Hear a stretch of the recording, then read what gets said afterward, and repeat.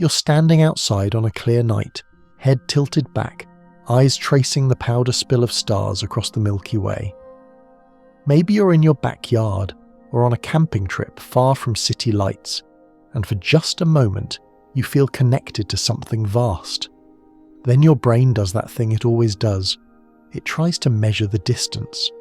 How far away is that star? That one? That cluster over there that looks like a smudge of cosmic chalk?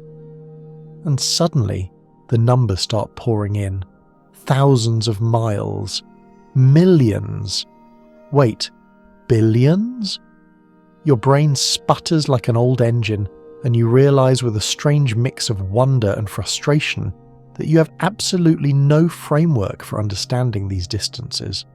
You probably won't survive this without your sense of scale completely disintegrating, but that's exactly why we're here. So before you get comfortable, take a moment to like the video and subscribe, but only if you genuinely enjoy what I do here. Drop a comment telling me where you're watching from and what time it is in your corner of the world. I love seeing how far this little corner of the internet reaches. Now, dim the lights, maybe turn on a fan for that soft background hum, and let's ease into tonight's journey together. The problem starts with light itself. You've been told your whole life that light is fast, the fastest thing in the universe, in fact. Nothing can outrun it.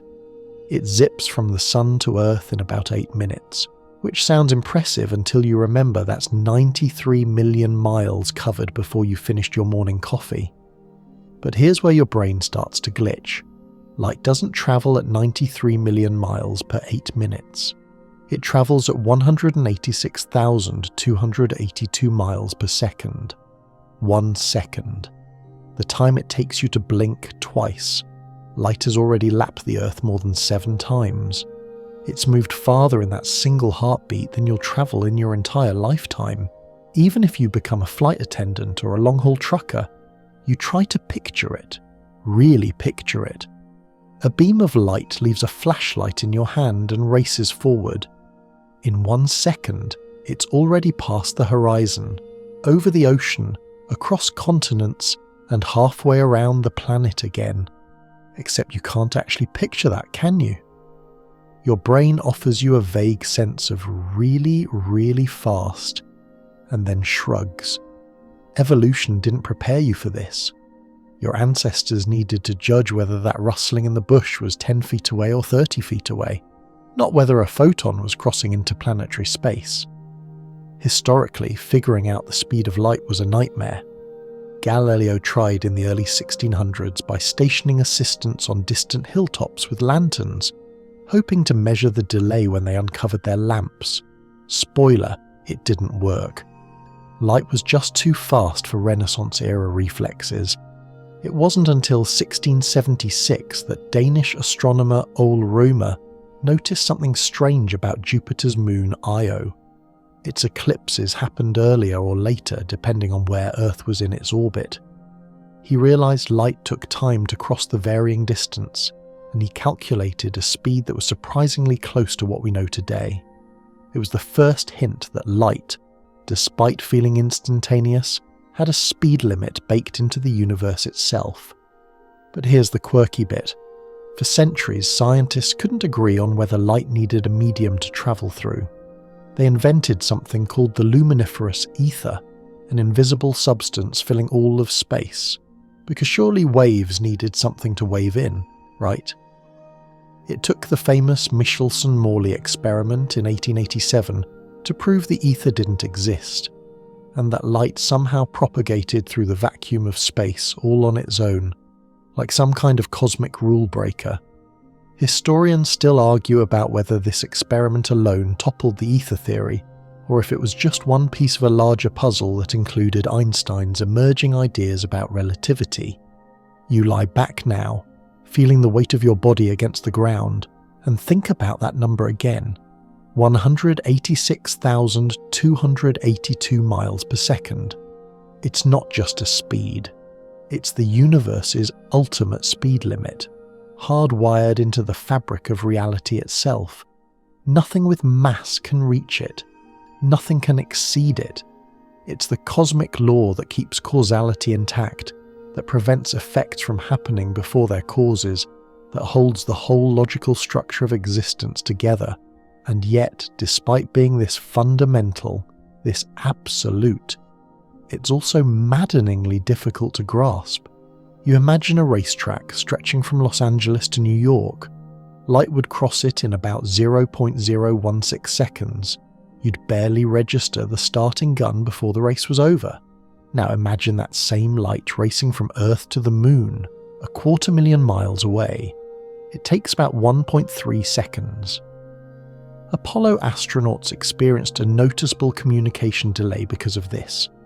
Mission Control would say something, and there'd be that eerie pause before the reply came back, a reminder that even at light speed, distance still matters. And that's the thing that starts to creep in as you drift closer to sleep. If light, the absolute fastest thing possible, still takes measurable time to cover these distances, then the universe must be unfathomably large. Larger than fast. Larger than speed itself.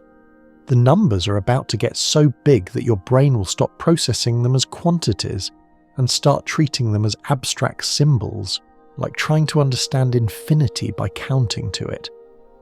But we'll get there together, one mind-bending step at a time, until the scale of the cosmos feels just a little less impossible and a lot more like a lullaby whispered across billions of years.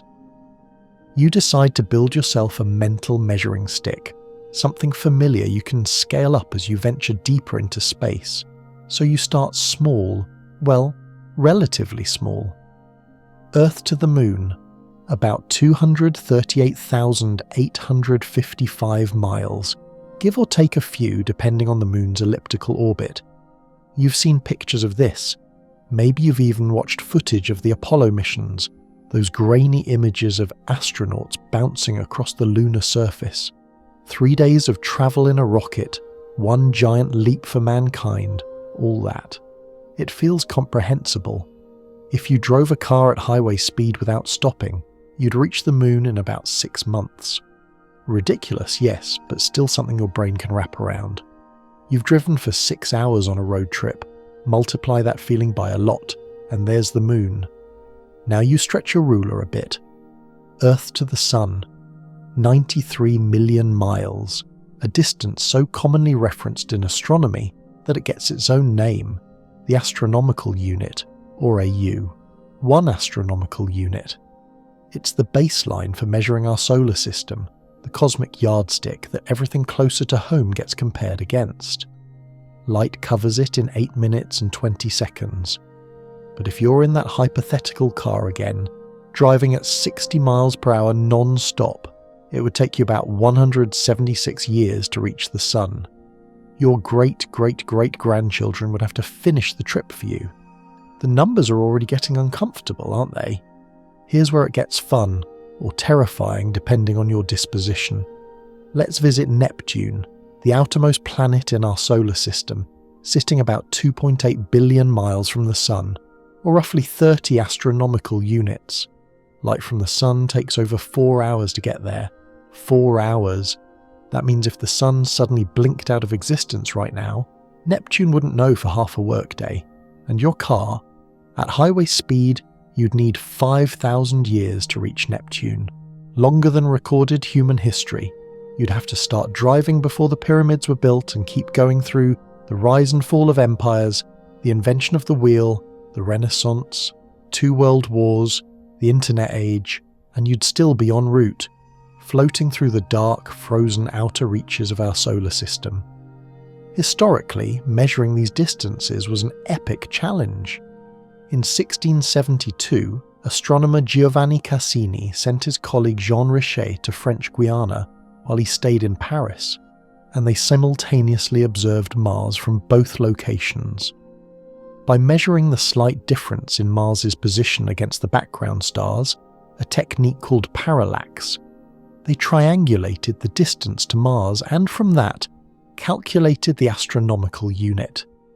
It was the first reasonably accurate measurement of the solar system scale, and it blew minds. The universe, even just our little corner of it, was far larger than anyone had dared imagine. But here's a quirky detail that often gets overlooked. Early astronomers had wildly different estimates for these distances. In the 2nd century, Ptolemy thought the Sun was only about 1,200 Earth radii away, roughly 5 million miles. He was off by a factor of nearly 20. Even Copernicus in the 1500s underestimated the AU, though he got the relative spacing of the planets mostly right. It wasn't until the transit of Venus observations in the 1760s, where astronomers worldwide timed Venus crossing the Sun's face, that we pinned down the astronomical unit with real precision. Historians still argue about whether earlier estimates were hampered more by bad math, poor instruments, or just a collective psychological inability to believe the universe could be that big. You're lying here now, feeling the warmth of your blanket, and you try once more to visualize 2.8 billion miles. You stack up football fields. You imagine lines of cars bumper to bumper. You picture grains of sand on a beach. Nothing works. Your brain keeps offering you very far and then checking out. This is the moment you realize your mental ruler is already cracking. Neptune is still inside our solar system, our cosmic neighborhood, the place we call home, and yet it's incomprehensibly distant by human standards. The ruler you built is bending, warping under the weight of these numbers, and then someone whispers the cruel truth. The nearest star beyond our sun is 7,000 times farther away than Neptune. 7,000 times. Your ruler doesn't just break, it explodes into splinters, scattering across the void, utterly useless. You can't stack football fields to that distance. You can't drive there in any time frame that has meaning to a human life. You can't even hold the number in your head without it sliding off into abstraction, like trying to grip water with your bare hands. This is why astronomers had to invent something new. The old units, miles, kilometers, even astronomical units, became laughably inadequate the moment we tried to measure interstellar space. It's like trying to measure the distance from New York to Tokyo in inches. Technically possible, but so cumbersome and absurd that you'd be better off inventing a new system entirely. And that's exactly what they did, though the solution itself is almost as brain-breaking as the problem. But we'll get to that in a moment, after your mind has had a chance to absorb just how thoroughly your familiar measuring tools have failed you. You close your eyes and picture Earth, tiny and blue, hanging in the black, then the moon, a short hop away, then the sun, already impossibly far, then Neptune, a frozen sentinel at the edge of the solar system, and beyond that, nothing but darkness and distance stretching on, filled with stars that are so far away that even light, racing at 186,282 miles per second, takes years to bridge the gap. Your mental ruler is gone. The scaffolding has collapsed. You're floating now in a space too large for intuition, too vast for metaphor, waiting for a new way to measure the immeasurable. You need a new unit, something that can handle the absurd distances between stars without requiring you to write out numbers with 15 zeros. The old tools, miles, kilometers, even astronomical units, have proven themselves hilariously inadequate the moment you step outside the solar system. So astronomers, practical people that they are, looked at the one constant in the universe, the speed of light, and had an idea. What if we measured cosmic distances not in terms of space but in terms of time? Specifically, how long it takes light to cover that distance. Enter the light year. Not a measure of time, despite the name, but a measure of distance.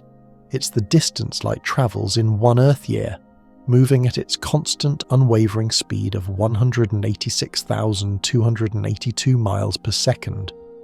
You do the math, or rather, you let someone else do it because it's late and you're cozy, and it comes out to about 5.88 trillion miles. That's 5,880 billion miles, if you want to see all the zeros lined up like soldiers, 1 light year, the cosmic yardstick that finally makes sense when nothing else does. The term itself is relatively recent in astronomical history. It didn't appear in scientific literature until the mid-1800s, though the concept was floating around earlier. German astronomer Friedrich Bessel made one of the first successful measurements of stellar distance in 1838 using parallax, watching how a nearby star seemed to shift position as Earth orbited the Sun, and suddenly astronomers needed a convenient way to express these newfound, mind-boggling distances. The light year caught on because it tied distance to something tangible. Light, which everyone could observe, and time, which everyone experienced. It made the incomprehensible just slightly less so. But here's the quirky thing. Professional astronomers often don't actually use light years in their day-to-day work. They prefer parsecs, a unit based on parallax measurements that equals about 3.26 light years. Why? Because parsecs relate directly to the geometry of how distances are measured using triangulation from Earth's orbit. It's more natural for the math they're doing. Light years, meanwhile, became the public-facing unit, the one that shows up in documentaries and textbooks and bedtime science videos, because it's easier to explain. You can say, light takes a year to get there, and people nod. You say parsec, and they think of Han Solo making the Kessel Run, which famously made no sense because parsecs measure distance, not time, though Disney later retconned it into something vaguely plausible, involving hyperspace shortcuts. Historians still argue about whether Lucas just flubbed the line, or if it was meant to show Han was a smooth-talking con artist spouting technical nonsense. You picture it now. A beam of light leaving Earth, racing forward at 186,282 miles per second, never slowing, never stopping, for an entire year, 365 days, through all 4 seasons, past your birthday, through holidays, across summer vacations and winter storms, and at the end of that year, it's travelled 5.88 trillion miles. That single ray of light has crossed a distance your brain still can't fully visualise, but at least now it has a name, 1 light year. The beauty of this unit is that it scales. 2 light years, double the distance. 10 light years, 10 times as far. It's linear, intuitive in its construction, even if the distances themselves remain stubbornly unimaginable. You can say, Proxima Centauri is 4.24 light years away, and someone immediately understands that light from that star, travelling at the universe's speed limit, takes 4.24 years to reach Earth. There's an elegance to that, a poetry even, tying the fabric of space-time to the ticking of a clock. And yet, despite its usefulness, the light year still carries that same sense of cosmic loneliness. Because if light, the fastest thing possible, takes years to cross interstellar space, what does that say about us? Humans in metal cans crawling along at a fraction of a percent of light speed, hoping to reach another star someday?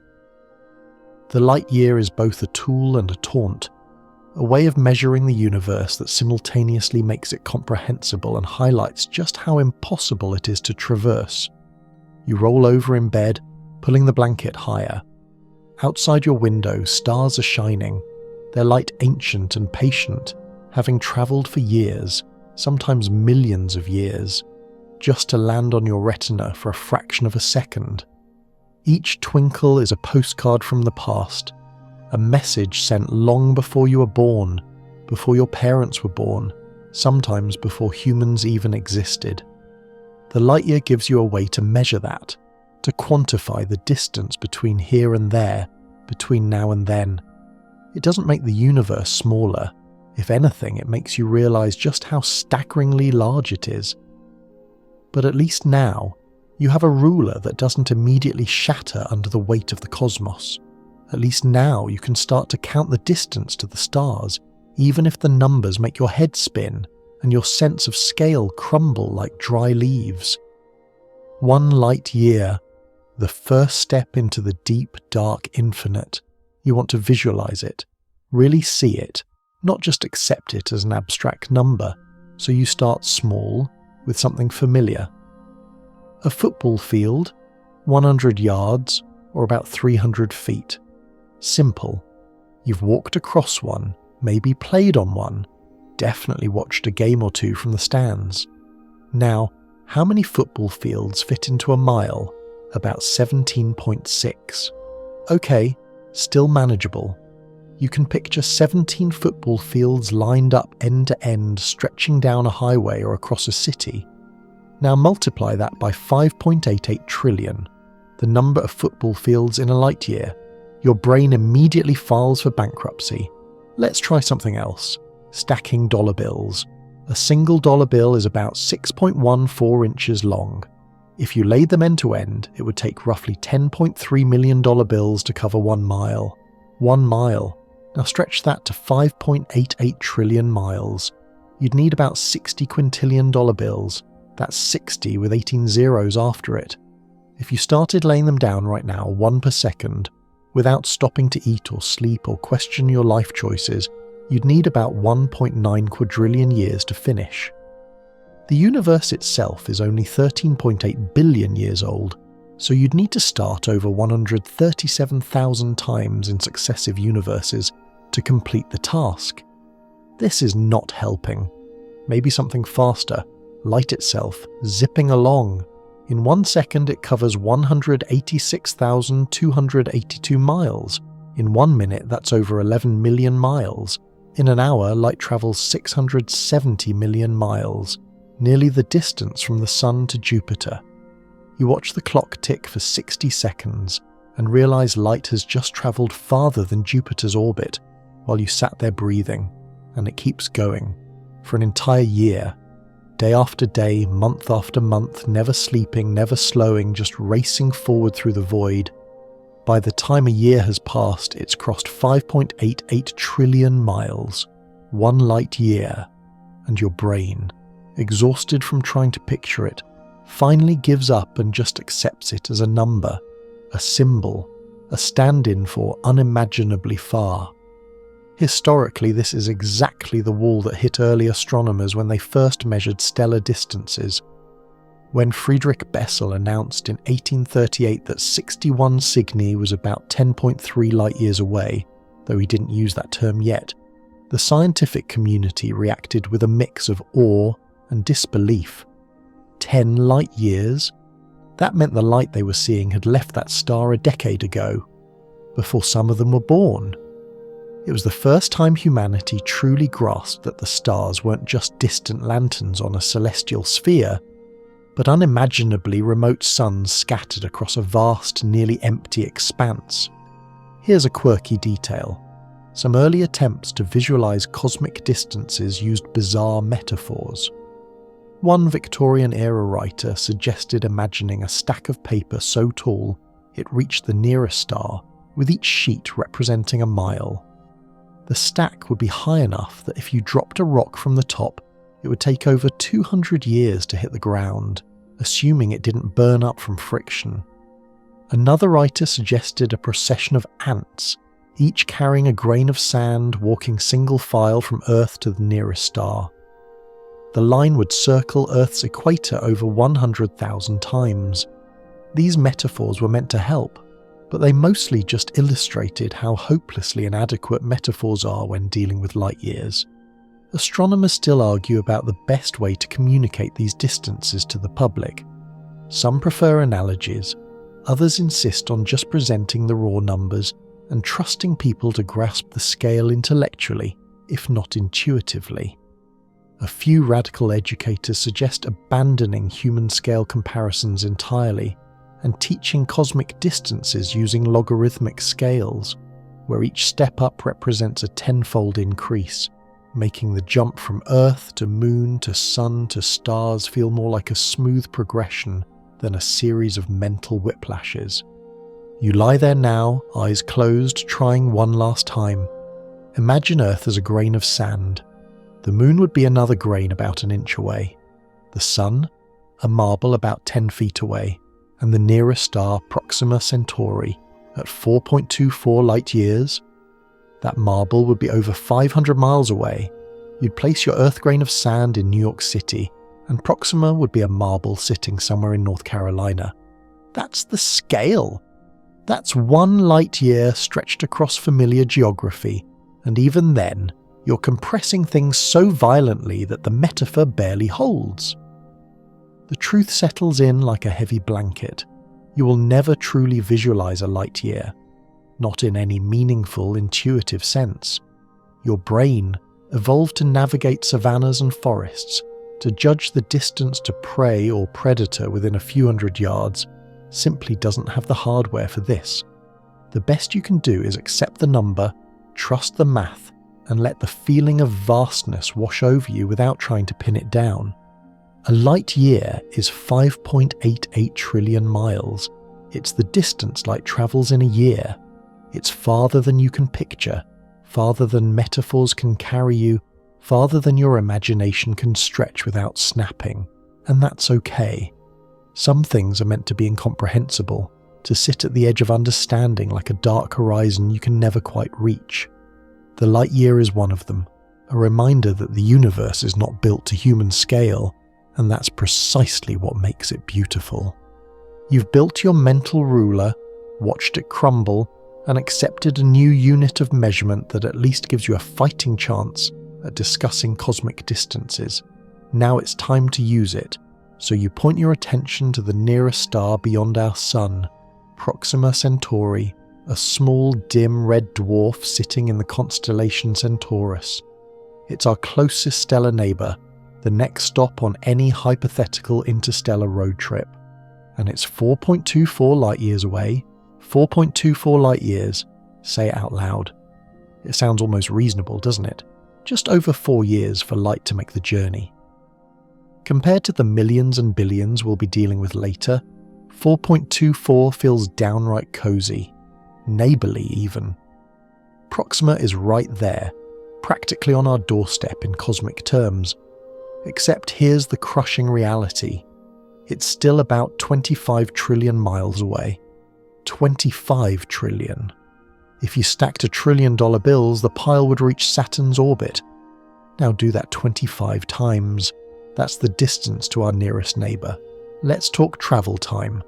The fastest spacecraft humanity has ever built is the Parker Solar Probe, which has hit speeds around 430,000 miles per hour when whipping around the Sun. Absurdly fast by human standards. It could cross the United States in about 30 seconds. But if you pointed it toward Proxima Centauri and somehow kept it at that speed, the journey would take roughly 6,700 years. 6,700 years. That's longer than recorded human history. The ancient Sumerians were just figuring out how to write when your spacecraft would have had to launch, and it would be arriving just about now in Divitukstoshi Divdesmit Pieci. The Voyager 1 probe, launched in 1977 and currently the most distant human-made object, is travelling at about 38,000 miles per hour relative to the Sun. It's already over 15 billion miles from Earth in interstellar space, beyond the influence of the solar wind. It's humanity's farthest reach, our most ambitious message in a bottle. And if it were headed toward Proxima Centauri, which it's not, it would take about 75,000 years to get there. 75,000 years. Modern humans as a species are only about 300,000 years old. Your spacecraft would be travelling for a quarter of the entire span of Homo sapiens' existence. Historically, the discovery of Proxima Centauri's distance was a watershed moment. It was found in 1915 by Robert Innes, a Scottish astronomer working in South Africa, who noticed a faint star with an unusually large proper motion, meaning it was moving noticeably across the sky relative to other stars, a telltale sign it might be close. Further measurements confirmed it was part of the Alpha Centauri system, a triple star arrangement where Proxima is the smallest, dimmest member, orbiting the brighter pair at a vast distance. When astronomers calculated that Proxima was 4.24 light-years away, the implications were sobering. If this was the closest star, what did that say about reaching any other destination in the galaxy? Here's a quirky detail that often surprises people. Proxima Centauri is so dim that despite being our nearest stellar neighbour, you can't see it with the naked eye. Not even close. It's magnitude 11, far below the threshold of human vision, which tops out around magnitude 6 on a dark night. You need a decent telescope to spot it at all. So when you look up at the night sky and pick out the brightest stars, Sirius, Vega, Betelgeuse, none of them are the closest. The closest is invisible to you, a dim red ember lurking in the southern sky, unnoticed by every human who lived before the invention of telescopes. Historians still debate whether ancient astronomers suspected closer stars existed, or if they assumed the visible stars were all roughly the same distance away, pinned to Aristotle's celestial sphere. You imagine the journey now, not in an abstract sense, but as a real mission. You board a spacecraft, say goodbye to everyone you've ever known, and accelerate toward Proxima Centauri. Let's be wildly optimistic and assume you can reach 10% the speed of light, a feat that would require technology we don't have and energy sources we can barely imagine. At that speed, the trip would take 42.4 years.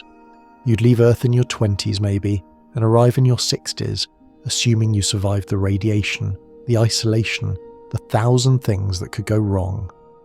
Everyone you left behind would be dead or elderly. The world you departed would have moved on without you, and that's the closest star, the one right next door. But wait, it gets worse, or better, depending on your philosophical outlook. Even if you could send a message to Proxima at light speed, the ultimate cosmic speed limit, it would take 4.24 years to get there. And if someone replied instantly, their response would take another 4.24 years to return. That's an 8.5-year round-trip conversation, longer than most presidential terms, longer than many careers. You could ask a question as a teenager and receive the answer as an adult with a mortgage and back pain. This is the communication lag that any interstellar civilization would have to accept, and it fundamentally changes what conversation even means. The cruelty of 4.24 light-years is that it's close enough to tantalize. You can point to Proxima Centauri on a chart and say, that one, that's the goal, that's where we'd go first.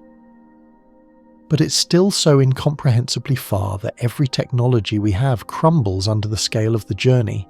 It's like being stranded on a desert island and spotting another island on the horizon. Close enough to see, far enough to make swimming there a death sentence. Proxima Centauri mocks us with its proximity, a reminder that even the nearest star is sealed behind a moat of distance that light itself takes years to cross. And if that's the closest one, what hope do we have for anything farther? The galaxy suddenly feels less like a neighbourhood and more like a prison made of space, where every cell is light years wide and escape is measured not in years, but in generations, if it's possible at all.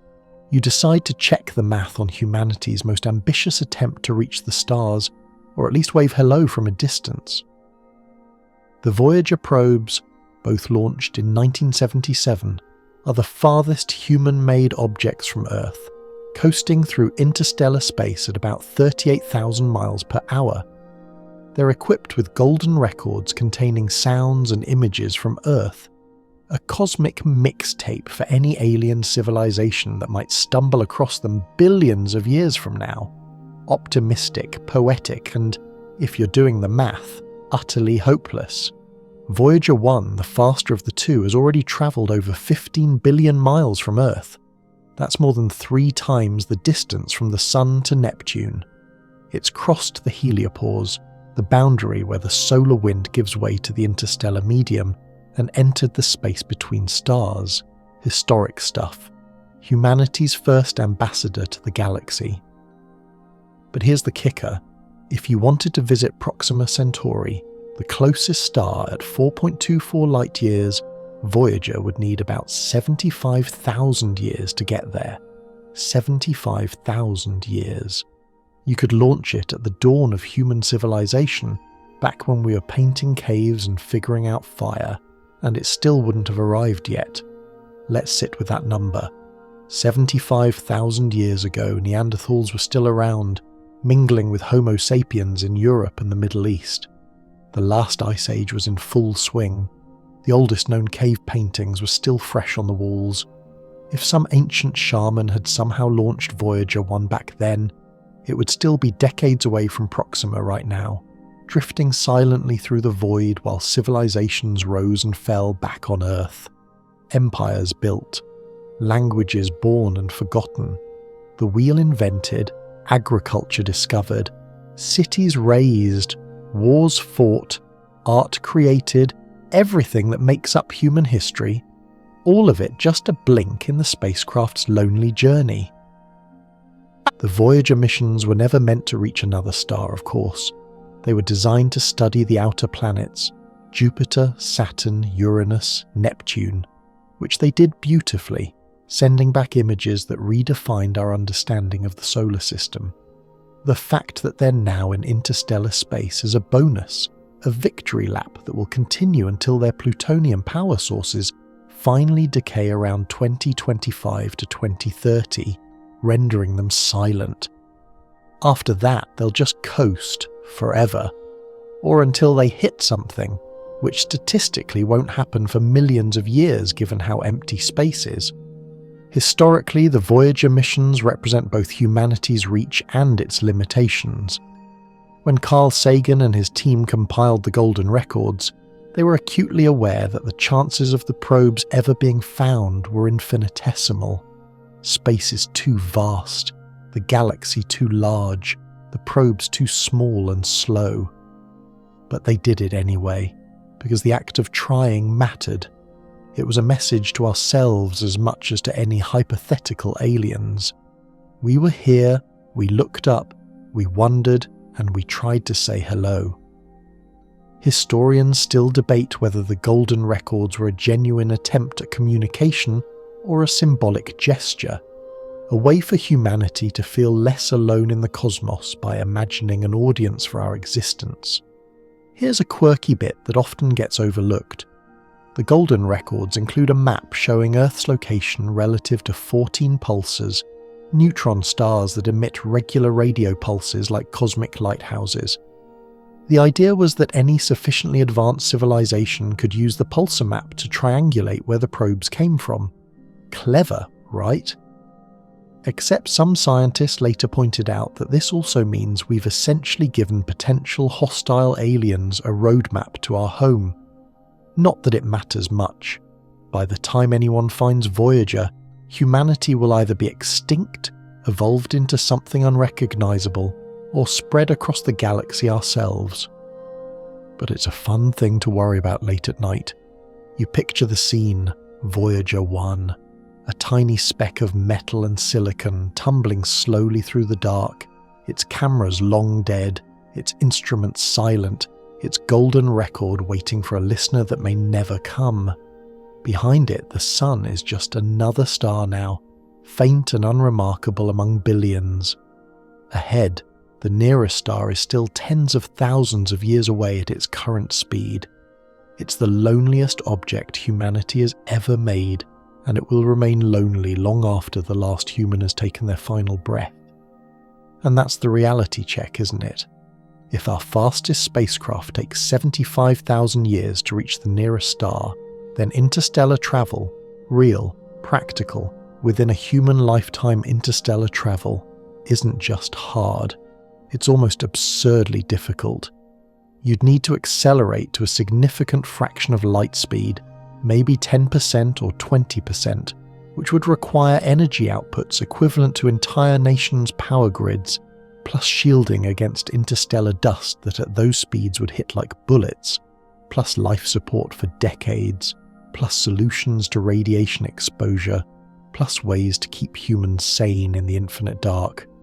And that's just to reach Proxima. Anything farther, multiply the problems. Some scientists have proposed generation ships, massive vessels where multiple generations live and die en route, with only the distant descendants arriving at the destination. Others suggest cryogenic sleep, though we haven't figured out how to freeze and thaw a human without killing them. Still others pin their hopes on theoretical technologies like antimatter drives or fusion propulsion, which exist on paper but nowhere else.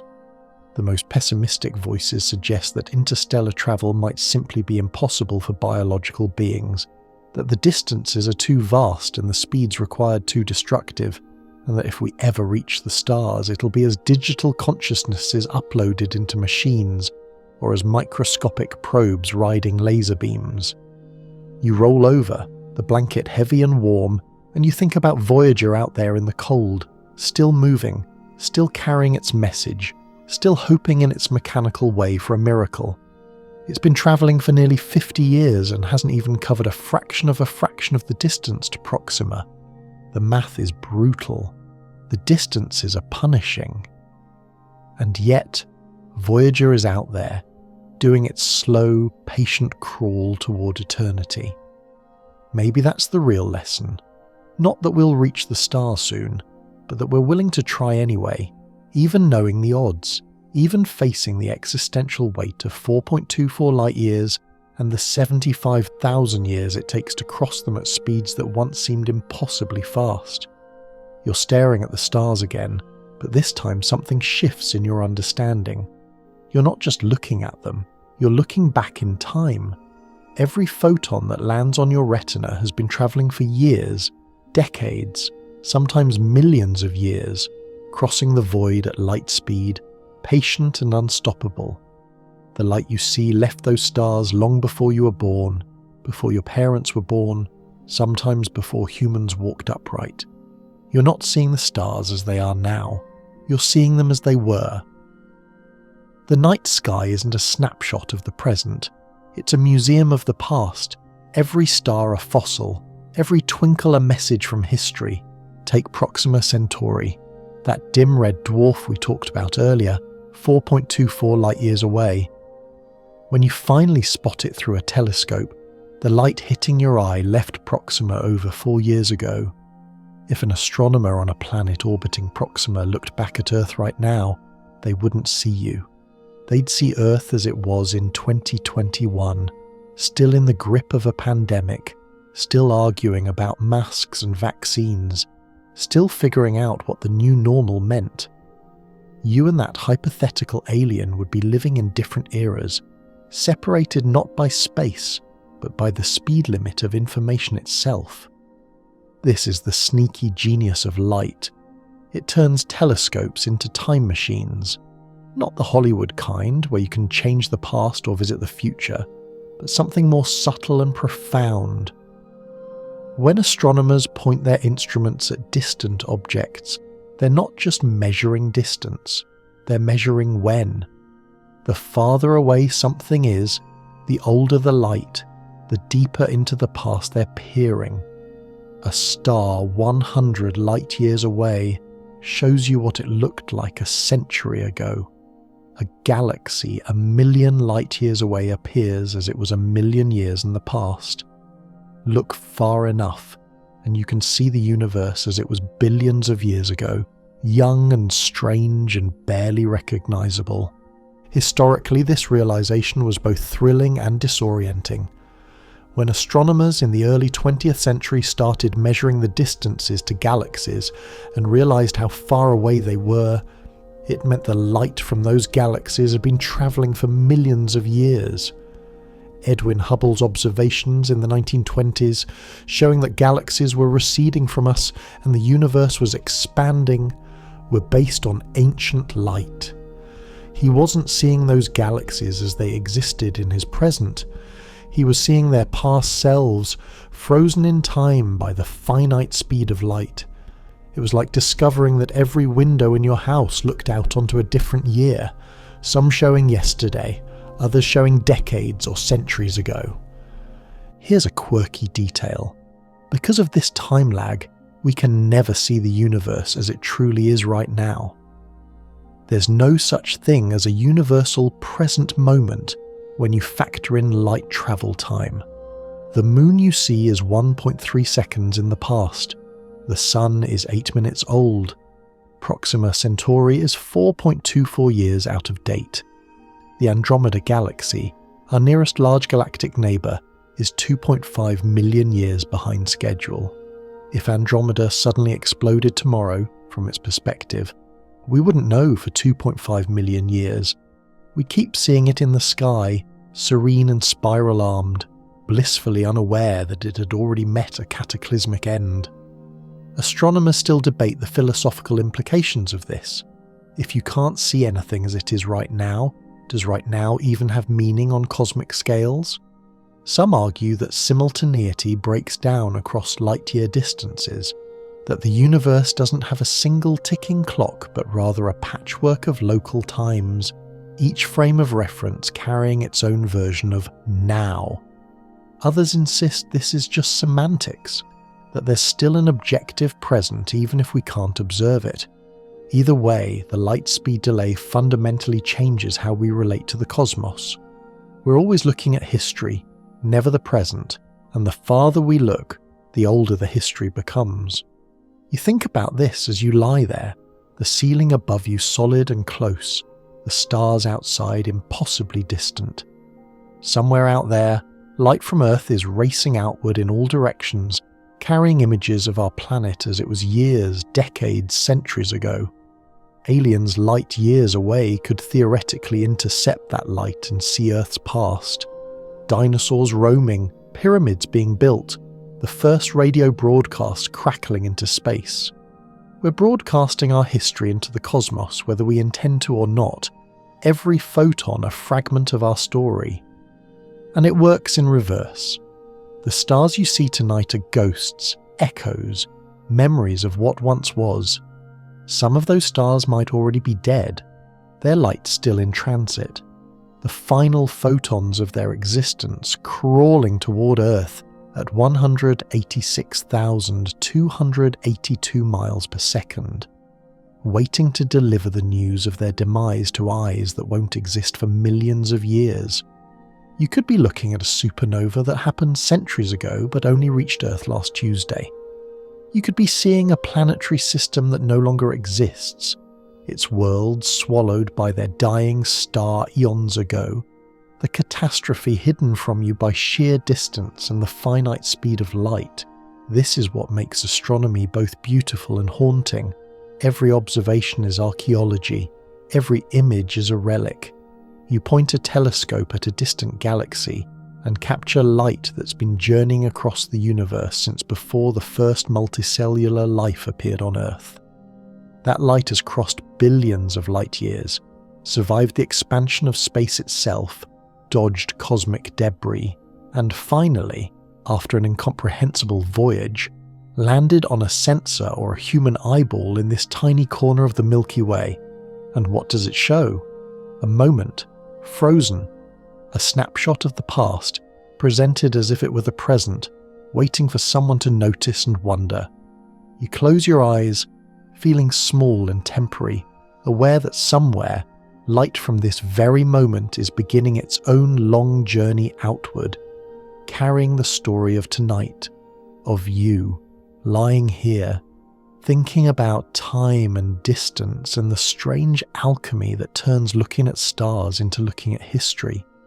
In a few years that light will pass Proxima.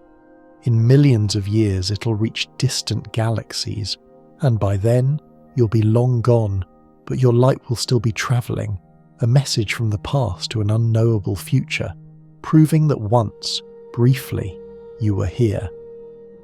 You point your attention to Andromeda, the nearest large galaxy to our Milky Way, and immediately the scale of time and distance shifts again. Andromeda, technically M31 if you're being formal, is a massive spiral galaxy containing roughly 1 trillion stars, and it's visible to the naked eye on a dark, clear night as a faint, fuzzy patch in the constellation Andromeda. People have been staring at it for thousands of years, sometimes mistaking it for a comet or a strange cloud, never quite realizing they were looking at an entire galaxy of stars so distant that the light took 2.5 million years to reach Earth. 2.5 million years. Let that sink in for a moment.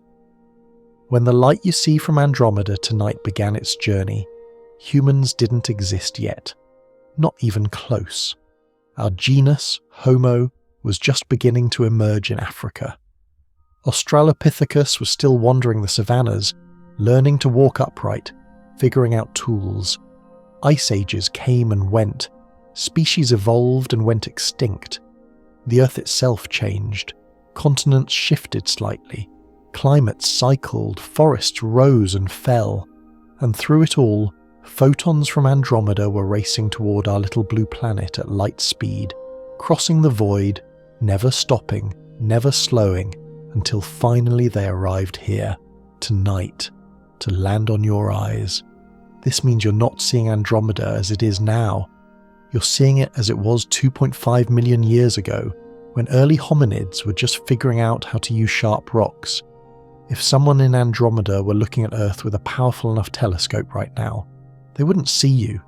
They'd see Earth in the Pliocene epoch, megafauna roaming the plains, the climate warmer than today, no cities, no agriculture, no language. They'd see a world utterly unrecognizable to modern humans, and they'd have no idea that in 2.5 million years, one of the ape species stumbling around down there would build telescopes and look back at them.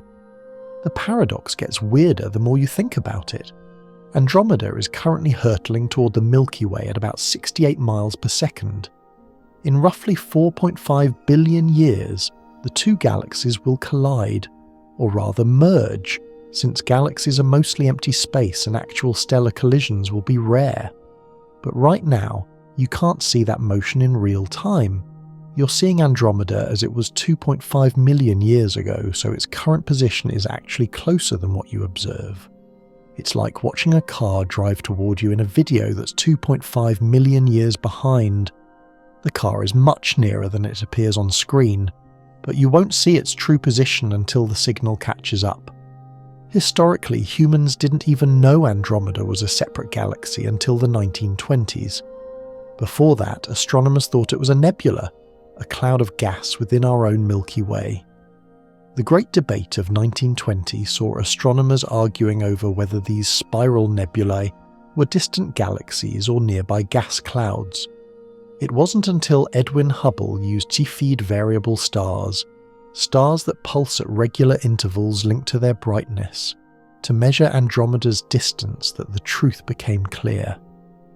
Andromeda was millions of light years away, an entire galaxy unto itself, and suddenly the universe got a whole lot bigger. Here's a quirky detail. Andromeda is one of the few galaxies moving toward us rather than away. Most galaxies are receding due to the expansion of the universe, their light stretched into the red end of the spectrum by increasing distance.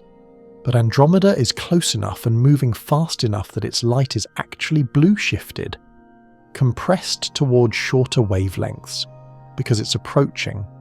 It's a cosmic exception, a neighbour bucking the trend of universal expansion, and in a few billion years, it'll be our dance partner in a slow-motion galactic waltz that will reshape both galaxies beyond recognition. Astronomers still debate exactly what the Milky Way-Andromeda merger will look like.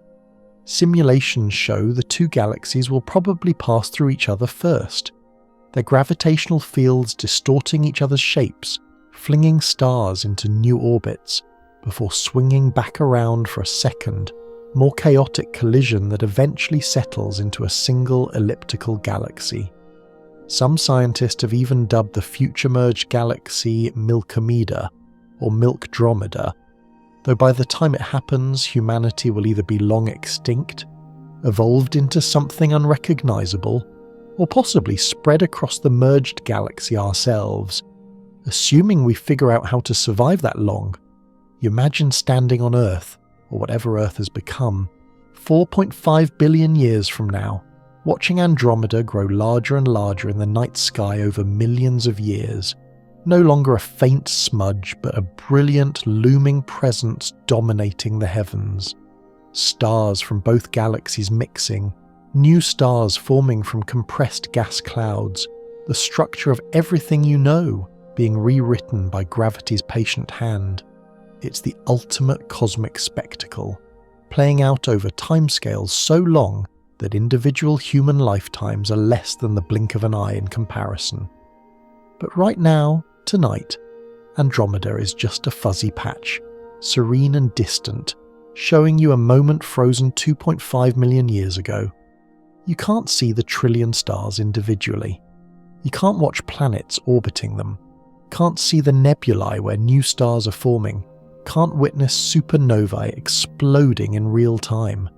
All of that is hidden by sheer distance, compressed into a smear of light that took eons to reach you, and yet, even compressed, even ancient, it's beautiful.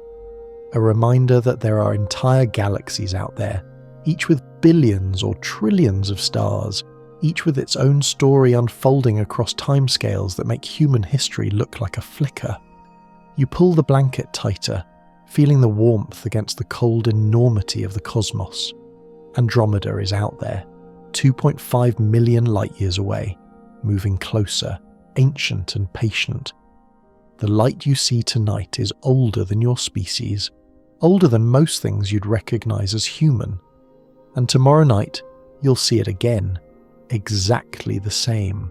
Or rather, you'll see a moment from 2.5 million years ago, a snapshot of the past pretending to be the present, waiting for future light to arrive and update your view of a galaxy that's always been there, always moving, always changing, but forever delayed by the speed limit of the universe. You push deeper now past nearby stars and neighbouring galaxies into the real cosmic fossil record. Astronomers don't just look at distant objects for the beauty of it.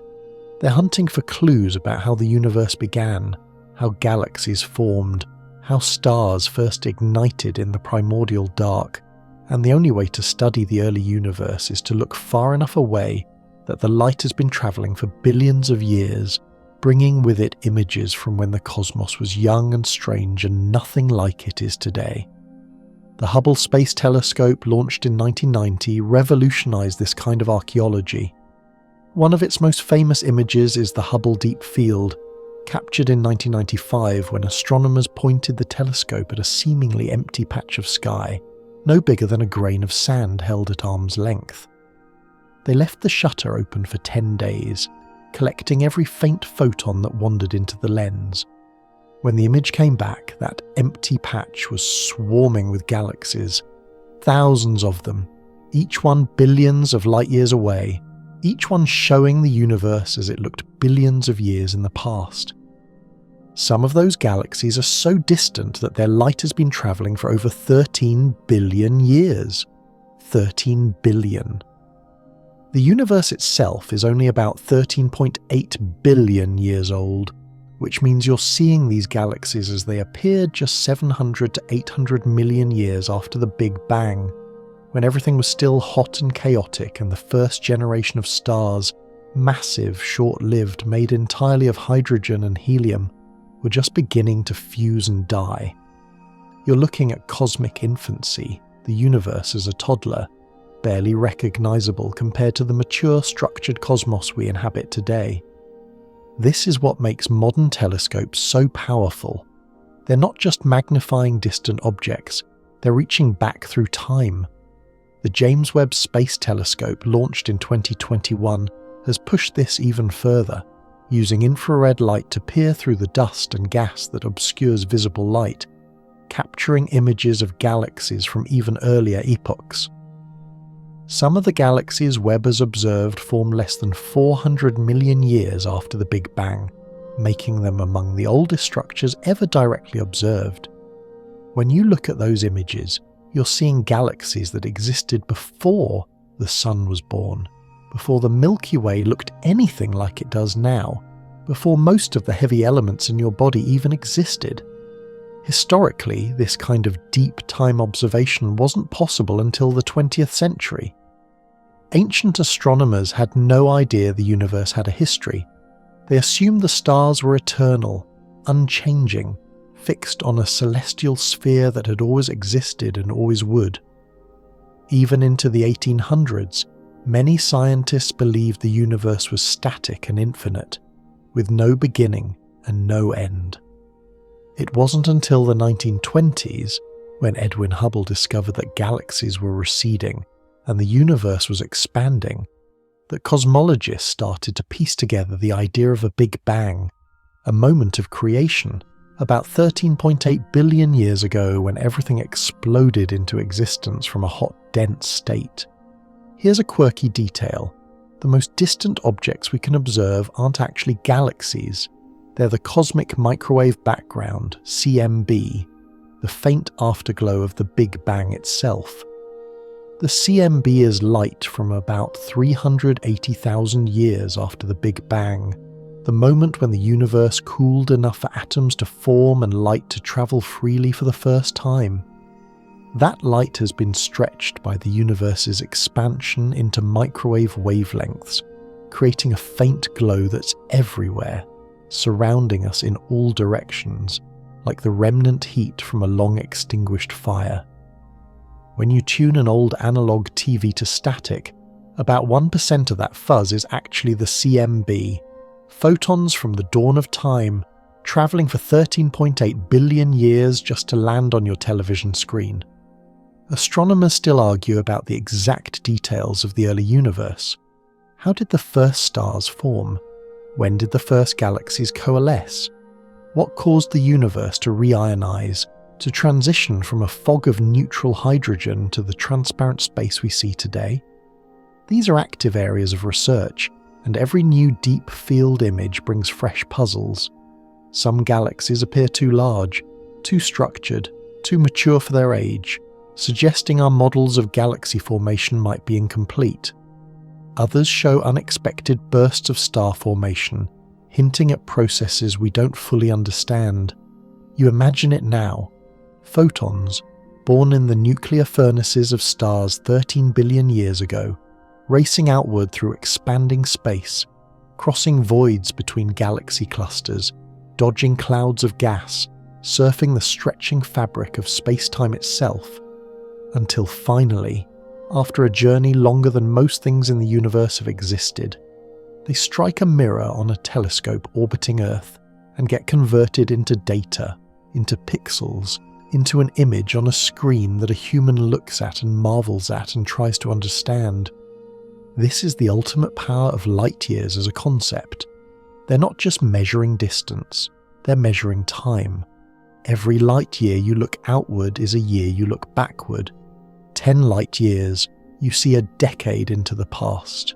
1,000,000 light years, 1,000,000 years ago. 1,000,000,000 light years, and you're watching galaxies collide in an era before Earth even formed.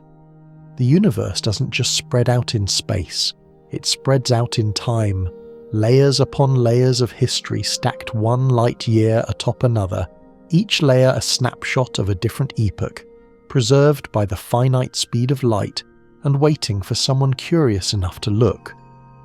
You close your eyes, the room dark and quiet, and you realize you're lying on a planet that's 4.5 billion years old, orbiting a star that's middle-aged, nestled in a galaxy that formed 13 billion years ago, all of it embedded in a universe that exploded into existence 13.8 billion years ago and has been expanding ever since. And the only reason you know any of this is because light from those distant, ancient places is still arriving. Patient and relentless, carrying messages from the past in every photon, turning the entire cosmos into one vast, beautiful, incomprehensible archive of its own history. You've travelled deep into the past by looking far into space, but eventually you hit a wall, not a physical barrier, but an informational one. It's called the observable universe, and it's the farthest we can possibly see, the edge beyond which light simply hasn't had time to reach us yet. This boundary sits roughly 46.5 billion light-years away in all directions, creating a sphere with Earth at the centre, not because we're special, but because that's how observation works. Wherever you are, you're always at the centre of your own observable universe. Wait, you might be thinking, if the universe is only 13.8 billion years old, shouldn't the observable universe only be 13.8 billion light-years across?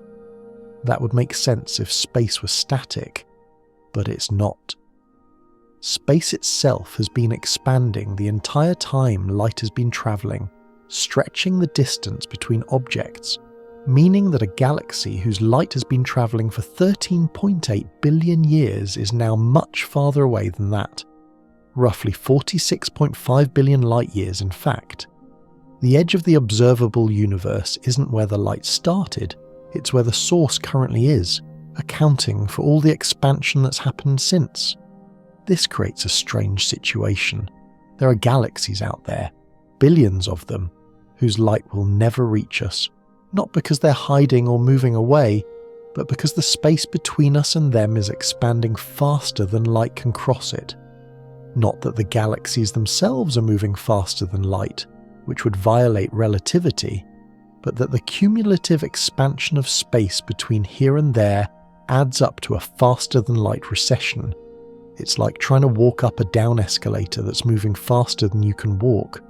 You're making progress locally, but the destination is receding faster than you can approach. Historically, the concept of an observable universe edge wasn't clear until the 20th century, when cosmologists began to understand both the expansion of space and the finite age of the universe. In the 1920s, Georges Lemaitre and Edwin Hubble's work on galactic redshift showed that the universe was expanding, leading to the realization that there must have been a beginning, a moment when everything was compressed into an unimaginably hot, dense state. This meant the universe had a finite age, and therefore light had only had a finite amount of time to travel. Beyond a certain distance, light simply hasn't reached us yet, creating a cosmic horizon. Here's a quirky detail. The edge of the observable universe is constantly moving. Every second, light from previously unreachable regions crosses the threshold and becomes visible, or would be if our telescopes were sensitive enough and the light weren't stretched into undetectable wavelengths by expansion. Conversely, some galaxies that are currently visible will eventually disappear from view as the expansion of space carries them beyond the observable horizon. In trillions of years, assuming the universe keeps expanding at its current rate, distant galaxies will wink out one by one, and any civilization still around will look up at a much emptier sky, surrounded by darkness, with no evidence that other galaxies ever existed. Astronomers still debate what lies beyond the observable universe. Is it more of the same, galaxies and stars and planets stretching on forever? Or does the universe have an edge, a boundary where space itself ends? Or maybe it loops back on itself, like the surface of a sphere, finite but unbounded. Current evidence suggests the universe is either infinite or so large that any curvature is undetectable. But we can't know for sure because we're trapped inside our observational bubble.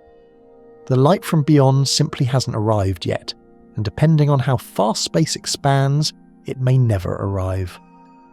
There's also the cosmic microwave background, the faint glow from 380,000 years after the Big Bang, which creates its own kind of observational limit. Before that moment, the universe was opaque, too hot and dense for light to travel freely. Photons would scatter off free electrons constantly, like trying to see through a thick fog. So even if you had a telescope powerful enough, you couldn't see past the CMB. It's a wall of light surrounding us in all directions, the oldest directly observable thing in the universe, marking the farthest back in time we can look with light-based telescopes. Some scientists have proposed using other signals to peer past the CMB, gravitational waves from the Big Bang itself, or relic neutrinos that would have been produced even earlier. These wouldn't suffer from the scattering problem that photons did, and in theory they could carry information from even closer to the moment of creation. But detecting such signals is fiercely difficult, and so far the CMB remains the oldest message we've successfully decoded. You imagine the observable universe as a sphere, 93 billion light-years across, with Earth in the middle, Not because we're the center of everything, but simply because that's where you happen to be standing. Every point in the universe has its own observable sphere, slightly different from yours, overlapping in some regions, exclusive in others. An alien civilization 10 billion light-years away would have their own observable universe, seeing galaxies you can't see and missing galaxies you can, their cosmic horizon shifted by distance and time. This is the ultimate isolation of the cosmos. Not only are distances measured in light-years so vast that travel seems impossible, but there are regions of space that are fundamentally unreachable, sealed off not by barriers but by the geometry of space-time itself. You can't ever visit those places, can't ever send a signal there, can't ever know what's happening beyond the edge of your observable bubble. The universe might be infinite, teeming with galaxies and stars and life, but you're confined to your sphere, 46.5 billion light-years in radius. Watching light from the distant past arrive like messages in bottles from a shipwreck you'll never reach. And yet, even this limited view is staggering. Billions of galaxies, trillions of stars, all visible because their light managed to cross the expanding void and arrive here, now, on this tiny blue planet where a curious species built telescopes and looked up and asked, "How far can we see?" The answer, to the edge of time itself, and no farther. You thought the edge of the observable universe was the final limitation, but space has one more trick to play. The universe isn't just expanding, it's accelerating.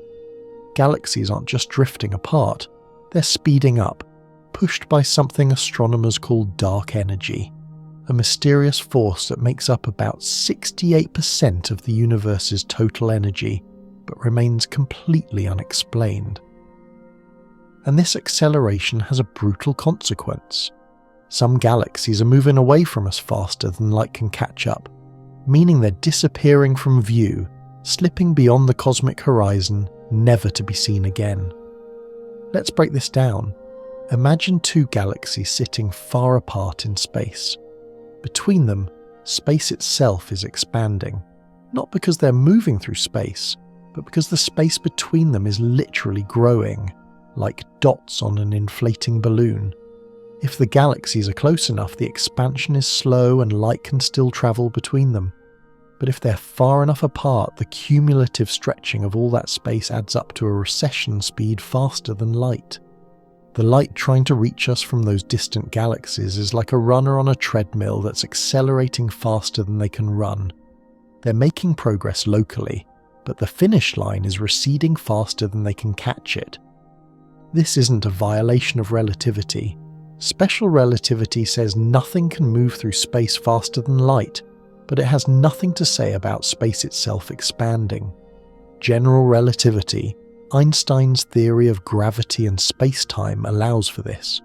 Space can stretch, compress, warp, and flow however the equations dictate. And one of the things those equations allow is an expanding universe where distant regions recede faster than light. It's one of those loopholes in physics that feels like cheating but is perfectly legal. Historically, the discovery that the universe's expansion was accelerating came as a shock. In the 1990s, two independent teams of astronomers were studying distant supernovae, exploding stars that serve as cosmic distance markers because their brightness is predictable. They expected to find that the universe's expansion was slowing down, pulled back by the mutual gravitational attraction of all the matter in the cosmos. Instead, they found the opposite. The expansion was speeding up. Distant supernovae were dimmer than they should have been, meaning they were farther away, meaning the universe had expanded more than expected. In 1998, this discovery was announced and it upended cosmology.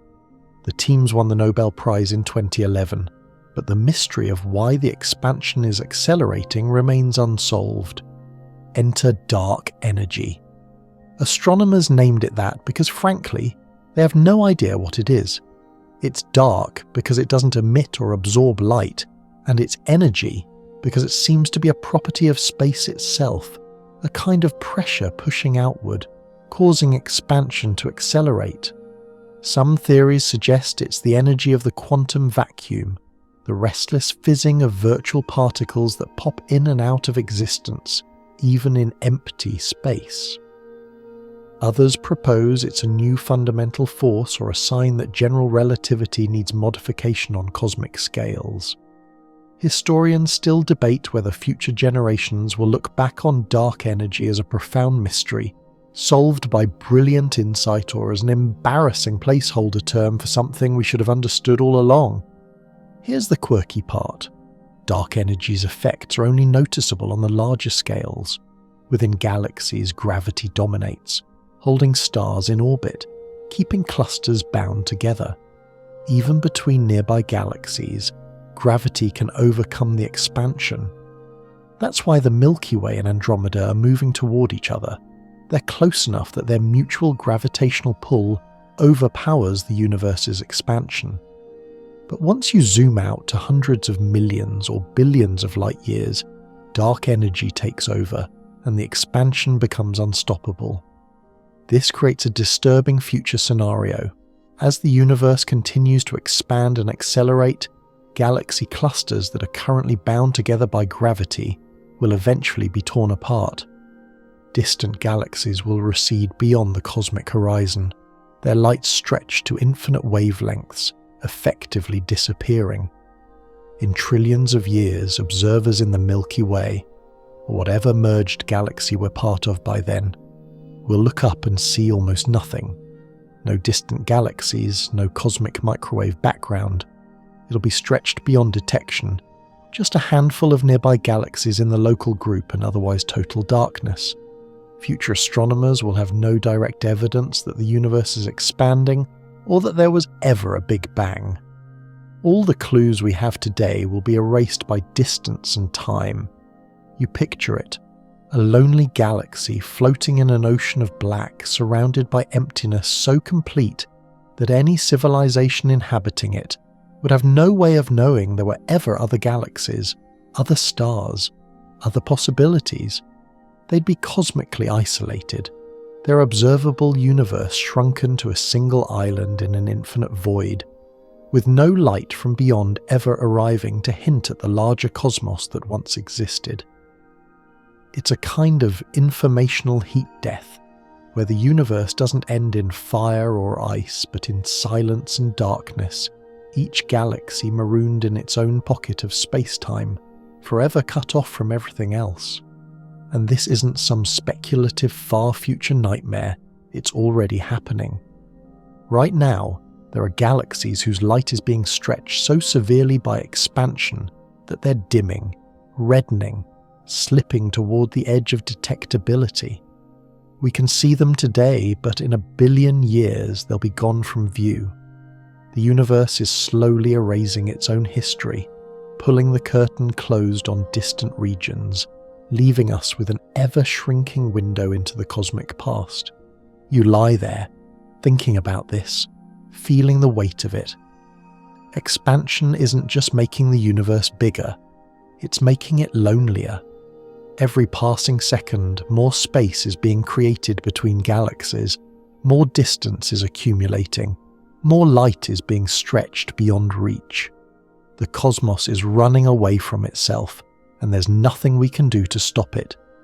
Dark energy, whatever it is pulling the universe apart at an accelerating rate, and the consequence is a slow, inevitable disconnection, where light years don't just separate us from distant objects, they erase them entirely, turning the night sky from a rich tapestry of galaxies into a sparse, empty void where nothing remains but the echoes of a universe that once was.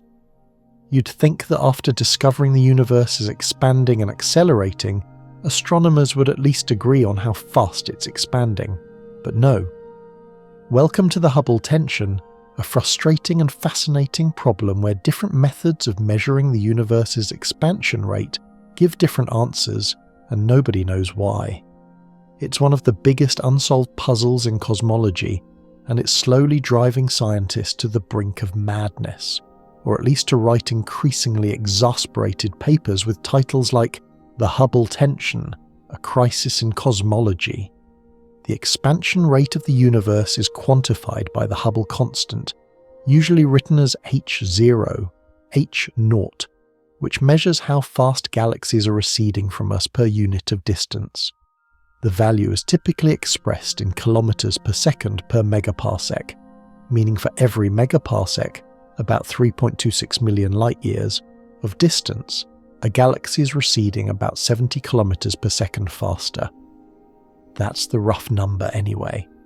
The problem is that when you measure h0 using observations of the early universe, specifically the cosmic microwave background, you get a value around 67 kilometers per second per megaparsec. But when you measure it using observations of the nearby local universe, using things like supernovae and Cepheid variables, you get a value around 73 kilometers per second per megaparsec.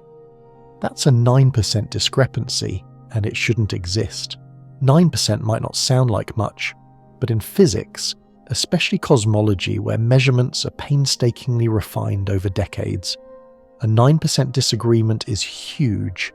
It's like two extremely precise clocks, both built by master craftsmen, ticking at slightly different rates. One of them has to be wrong, or, more disturbingly, both could be right, and our understanding of how the universe expands is incomplete. Maybe something happened in the middle period of cosmic history that we're not accounting for. Maybe dark energy isn't constant. Maybe the early universe was weirder than our models assume. Historically, measuring the Hubble constant has been a struggle from the start. Edwin Hubble himself, back in 1929, calculated a value of about 500 kilometers per second per megaparsec, wildly off from modern values because his distance measurements were based on flawed assumptions. Over the decades, improved instruments and better calibrations brought the number down. By the 1990s, astronomers had converged on a rough range of 60 to 80 kilometers per second per megaparsec, and it seemed like the problem was nearly solved. Then more precise measurements started coming in, and instead of the error bars shrinking and values agreeing, two distinct camps emerged: the early universe people and the late universe people, each armed with increasingly precise measurements that refused to match. Here's a quirky detail. One of the main tools for measuring local distances is Cepheid variable stars, which pulsate at regular intervals linked to their intrinsic brightness. Measure the pulsation period, and you know how bright the star really is. Compare that to how bright it looks, and you can calculate its distance. Henrietta Swan-Leavitt discovered this relationship in 1912, and it's been a cornerstone of cosmic distance measurement ever since. But Cepheids are tricky. They can be obscured by dust affected by metallicity, and they're only useful out to a few tens of millions of light years, so you need a cosmic distance ladder of overlapping methods to reach farther. Any error in one rung of the ladder propagates upward, potentially skewing the final Hubble constant measurement. Astronomers still debate what's causing the tension. Some think it's systematic errors. Maybe we're mismeasuring something, or our calibration is off. Others propose new physics. Perhaps dark energy isn't constant but changes over time. Or maybe there's another ingredient in the universe we haven't discovered yet, something that affects expansion differently in the early versus late universe. A few radical voices even suggest that general relativity itself might need tweaking on cosmic scales, though that's a hard sell given how well GR works everywhere else. The cosmic microwave background measurements come from satellites like Planck, which mapped the tiny temperature fluctuations in the CMB with exquisite precision. These fluctuations encode information about the density and composition of the universe 380,000 years after the Big Bang, and by fitting models to the data, you can extract a value for H0. It's indirect. You're inferring the expansion rate from ancient light, but it's based on solid physics and has tiny error bars. The value it gives, 67.4 kilometers per second per megaparsec, give or take a smidge. The local universe measurements use Type 1 supernovae, exploding white dwarf stars that all have roughly the same peak brightness, making them excellent standard candles for measuring distance. By observing how quickly these supernovae are receding via redshift and how far away they are via brightness, you can calculate the expansion rate directly. This method is more straightforward. It doesn't rely on models of the early universe, but it's limited by how accurately you can measure distances, which brings us back to those Cephids and the cosmic distance ladder. The value it gives, 73.2 kilometers per second per megaparsec, with similarly tiny error bars. Both methods are precise, both have been checked and rechecked, and yet they disagree. It's like two witnesses to the same event giving conflicting testimonies, both sounding absolutely certain, and you're stuck trying to figure out which one is lying or if both are telling the truth from different perspectives that shouldn't be different but somehow are. You lie there, imagining cosmologists staring at their data, double-checking their math, rerunning their simulations, and coming back to the same stubborn result. The numbers don't match. It's the kind of problem that keeps scientists awake at night, because it's not a matter of better instruments or more observations, though those might help. It's a fundamental disagreement that suggests our model of the universe, lambda CDM, the cold dark matter model with a cosmological constant, might be missing something important. Maybe there's a new particle, maybe dark energy evolves, maybe space itself behaves differently on different scales or at different times. Or maybe, just maybe, there's a mistake somewhere, and the tension will dissolve once someone spots the error. But until then, cosmology is stuck in an awkward position.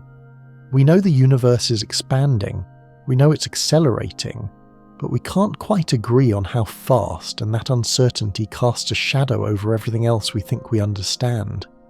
You've been measuring distances with light years and watching the universe expand, but there's another tool astronomers use to understand cosmic motion: redshift. It's the phenomenon where light from distant objects gets stretched to longer wavelengths, shifted toward the red end of the spectrum, and it's one of the most fundamental pieces of evidence that the universe is expanding. Redshift turns every galaxy into a cosmic speeding ticket, revealing not just where it is, but how fast it's moving away from us. Here's how it works. Light is a wave, and waves have wavelengths, the distance between successive peaks. Visible light ranges from about 400 nanometers, violet, to 700 nanometers, red. When an object emitting light moves away from you, those waves get stretched. Each successive wave crest has to travel a little farther to reach you, because the source is receding, so the wavelength increases. Longer wavelengths mean redder light.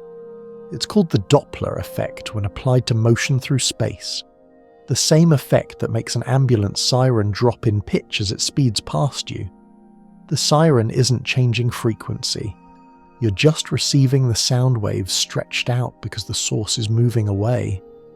But in cosmology, there's a twist. Galaxies aren't moving through space. Space itself is expanding, carrying galaxies along with it. As light travels through expanding space, the space it's traveling through stretches, and the light stretches with it. A photon emitted at 500 nanometers, green, from a distant galaxy might arrive at Earth at 600 nanometers, orange-red, because all the space it crossed during its journey expanded, dragging the wavelength longer. The farther the galaxy, the more space the light crossed, the more stretching occurred, the greater the redshift. Astronomers measure redshift using spectral lines, specific wavelengths where elements absorb or emit light. Hydrogen, for instance, has a prominent line at 656.3 nanometers in the red part of the spectrum called the H-alpha line. If you observe a distant galaxy and see that H-alpha line shifted to, say, 700 nanometers, you can calculate the redshift and from that determine how fast the galaxy is receding. and roughly how far away it is. The formula is simple. Redshift, z, equals the change in wavelength divided by the original wavelength. A redshift of z equals 1 means the wavelength has doubled, z equals 2 means tripled, and so on. Historically, Edwin Hubble's 1929 discovery that galaxies showed redshift proportional to their distance was the smoking gun for an expanding universe. He observed that the farther a galaxy was, the faster it appeared to be receding, as indicated by its redshift. This relationship, now called Hubble's law, suggested that the universe wasn't static but was growing, which eventually led to the Big Bang theory. Before Hubble, the prevailing view was that the universe was eternal and unchanging. Afterward, cosmology had to reckon with the idea that everything started from a hot, dense state and has been expanding ever since. Here's a quirky detail. Not all redshift is due to cosmic expansion. There's also gravitational redshift, where light climbing out of a strong gravitational field loses energy and shifts to longer wavelengths. This happens near massive objects like black holes or neutron stars.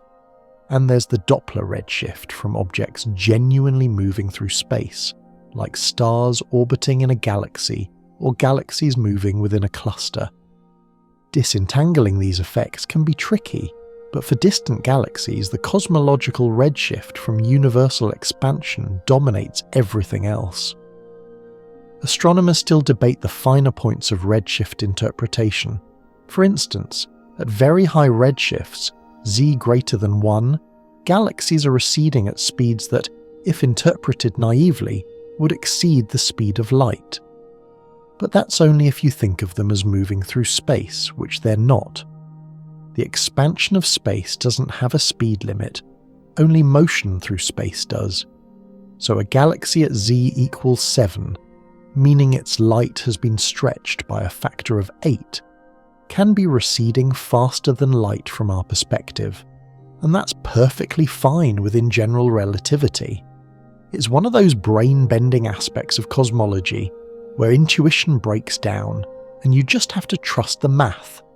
The highest redshift objects we've observed are galaxies and quasars from when the universe was less than 1 billion years old, with redshifts around z equals 10 to 13.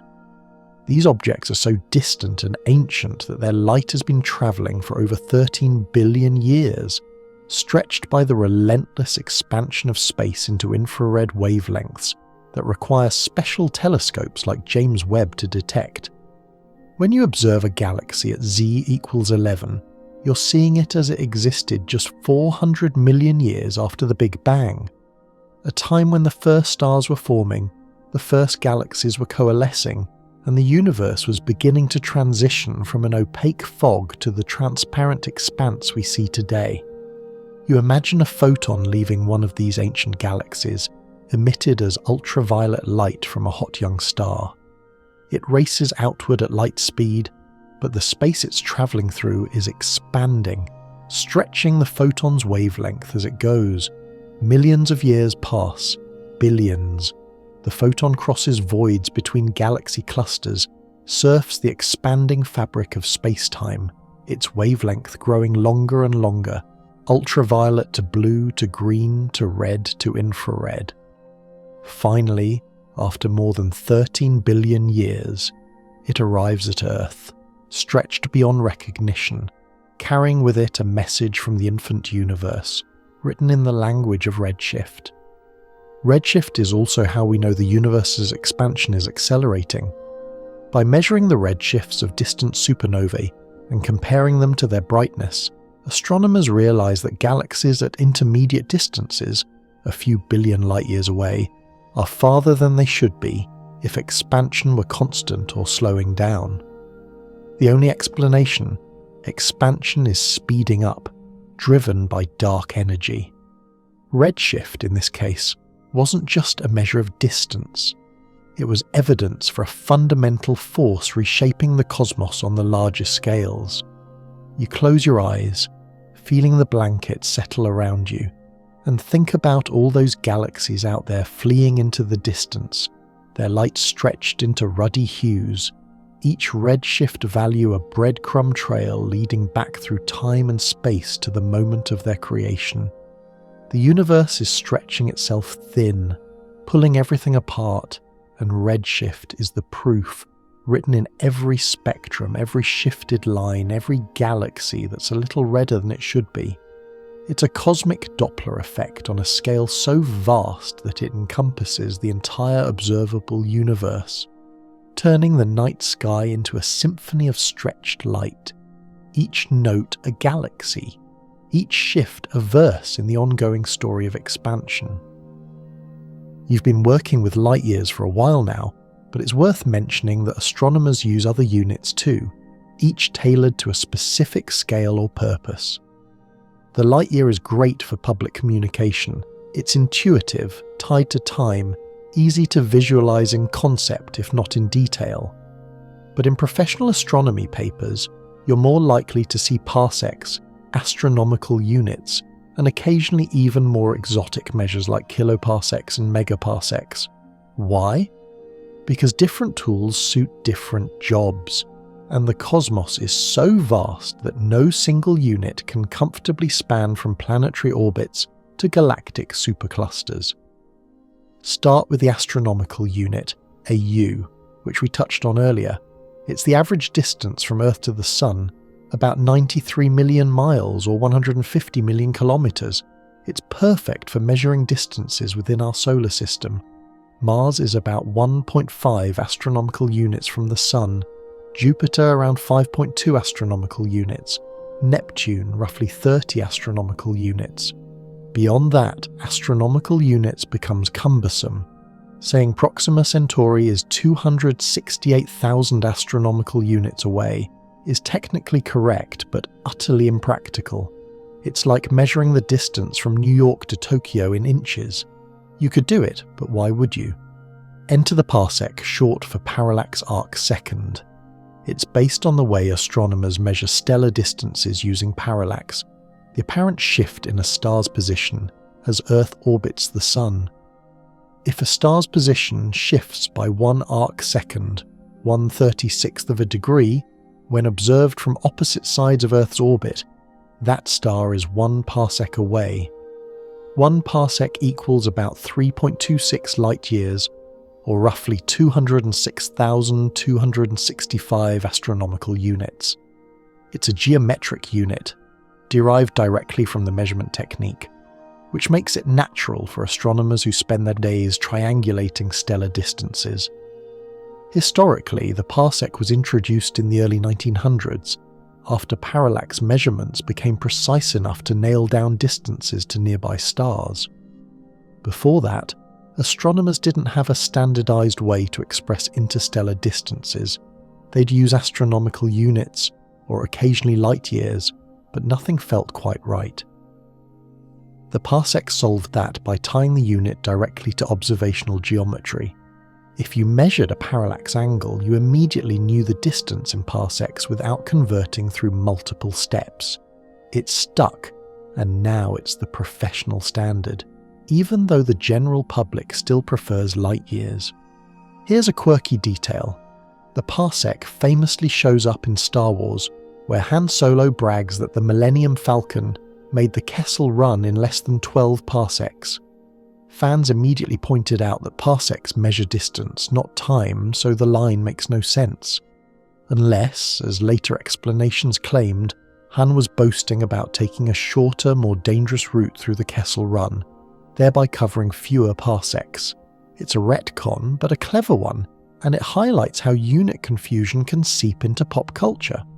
Historians still argue about whether George Lucas genuinely didn't understand parsecs, or if it was a deliberate character choice to show Han as a smooth-talking hustler, spouting technical jargon to impress his clients. For even larger scales, astronomers use kiloparsecs, KPC, and megaparsecs, MPC. 1 kiloparsec is 1,000 parsecs, or about 3,260 light years, useful for measuring distances within galaxies. The Milky Way, for instance, is roughly 30 kiloparsecs in diameter. 1 megaparsec is 1,000,000 parsecs, or about 3.26 million light-years, perfect for discussing distances between galaxies. The Andromeda Galaxy is about 0.77 megaparsecs away. Galaxy clusters span several megaparsecs.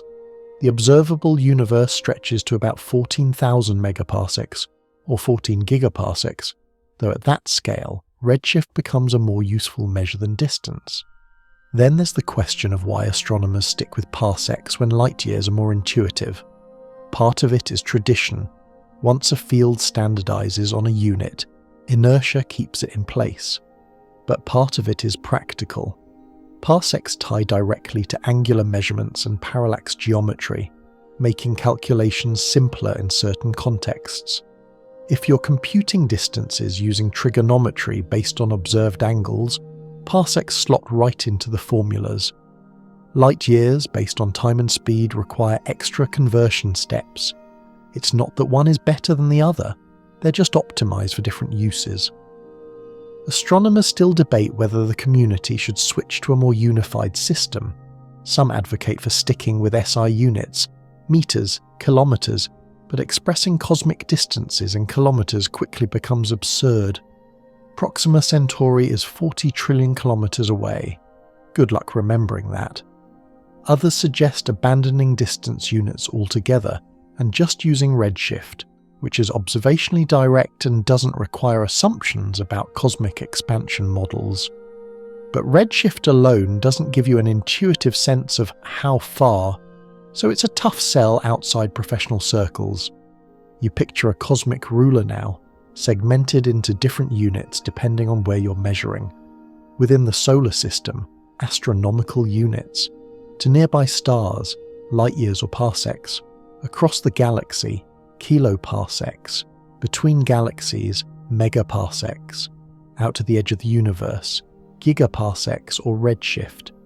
Each segment uses a different scale because the cosmos is just too big for any single unit to handle comfortably.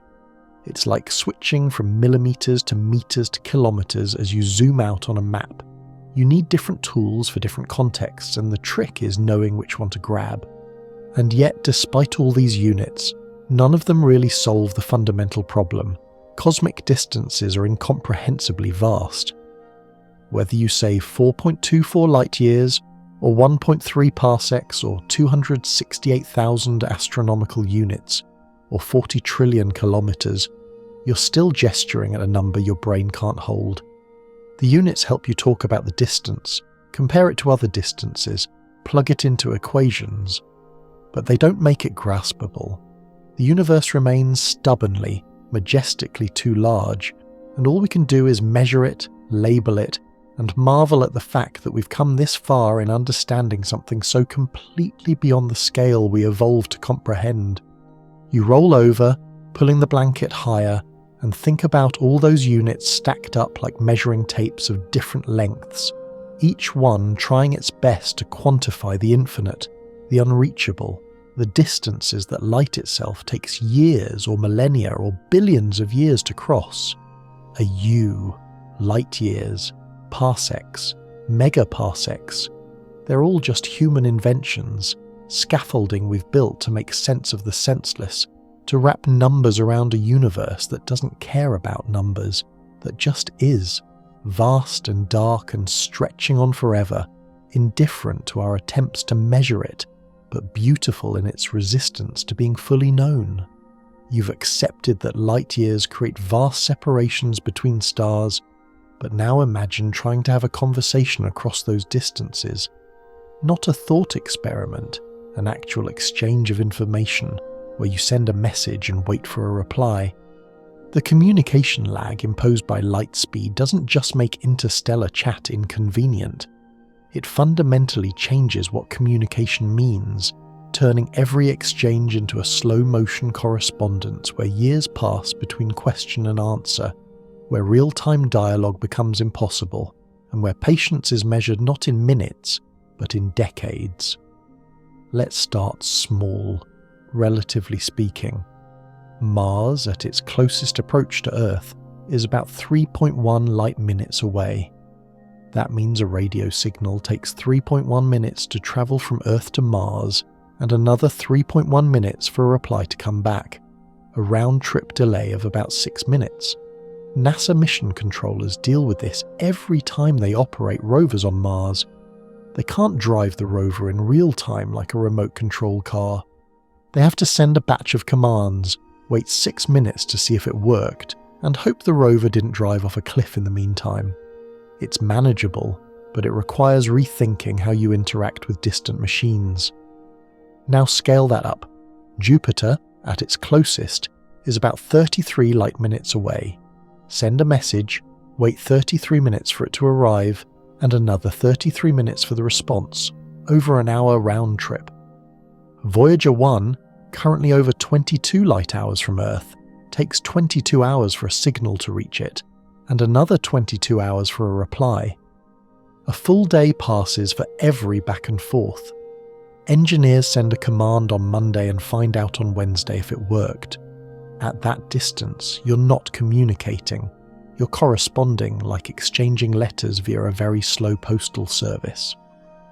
But interstellar communication, that's where the lag becomes existential. Proxima Centauri is 4.24 light years away. Send a message, and it takes 4.24 years to arrive. If someone replies immediately, and they won't, because they'd need time to decode it, discuss it, decide on a response and encode that response, the earliest you could possibly hear back is 8.5 years after you hit send. That's longer than most presidential administrations, longer than high school and college combined. You could send a message as a teenager and receive the reply as an adult with a career and a mortgage. Entire lives would pivot in the silence between question and answer. Historically, humans have never had to deal with communication delays like this. Even the slowest historical correspondence, letters sent across oceans by sailing ship, only took weeks or months, not years. The longest recorded delay for any human message is probably the Voyager Golden Records, which won't reach another star system for tens of thousands of years. But those were never intended to get a reply. Actual two-way communication across light years is something we've never experienced, and it's unclear how civilizations would adapt. Would you even bother trying, knowing the conversation would span generations? Here's a quirky detail. The delay doesn't just affect casual chat, it affects governance, trade, culture, everything. Imagine a colony on a planet orbiting Proxima Centauri. Earth sends a new law or policy update. 4 years later, it arrives. The colonists read it, realize it doesn't work for their local conditions, and send back a complaint. 4 years after that, Earth receives the message and revises the policy. 4 more years to send the revision. 12 years total for one round of back and forth. By the time the revised policy arrives, the situation on the colony might have changed so much that the policy is obsolete. Governing across light years would be impossible. Colonies would have to be autonomous by necessity, making their own decisions, adapting to local conditions, and treating messages from Earth more like historical records than real-time instructions. Astronomers still debate whether meaningful interstellar communication is even possible.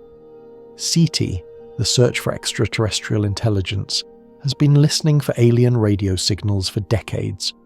But any signal we receive would be ancient, sent years or centuries or millennia ago. If we detect a message from a civilization 100 light years away, we're hearing from their past, and any reply we send won't arrive for another century. By the time they get it, their civilization might have collapsed, evolved, or transcended into something unrecognizable. The conversation wouldn't be a dialogue, it would be an exchange of historical documents, each side leaving messages for a future they'd never see.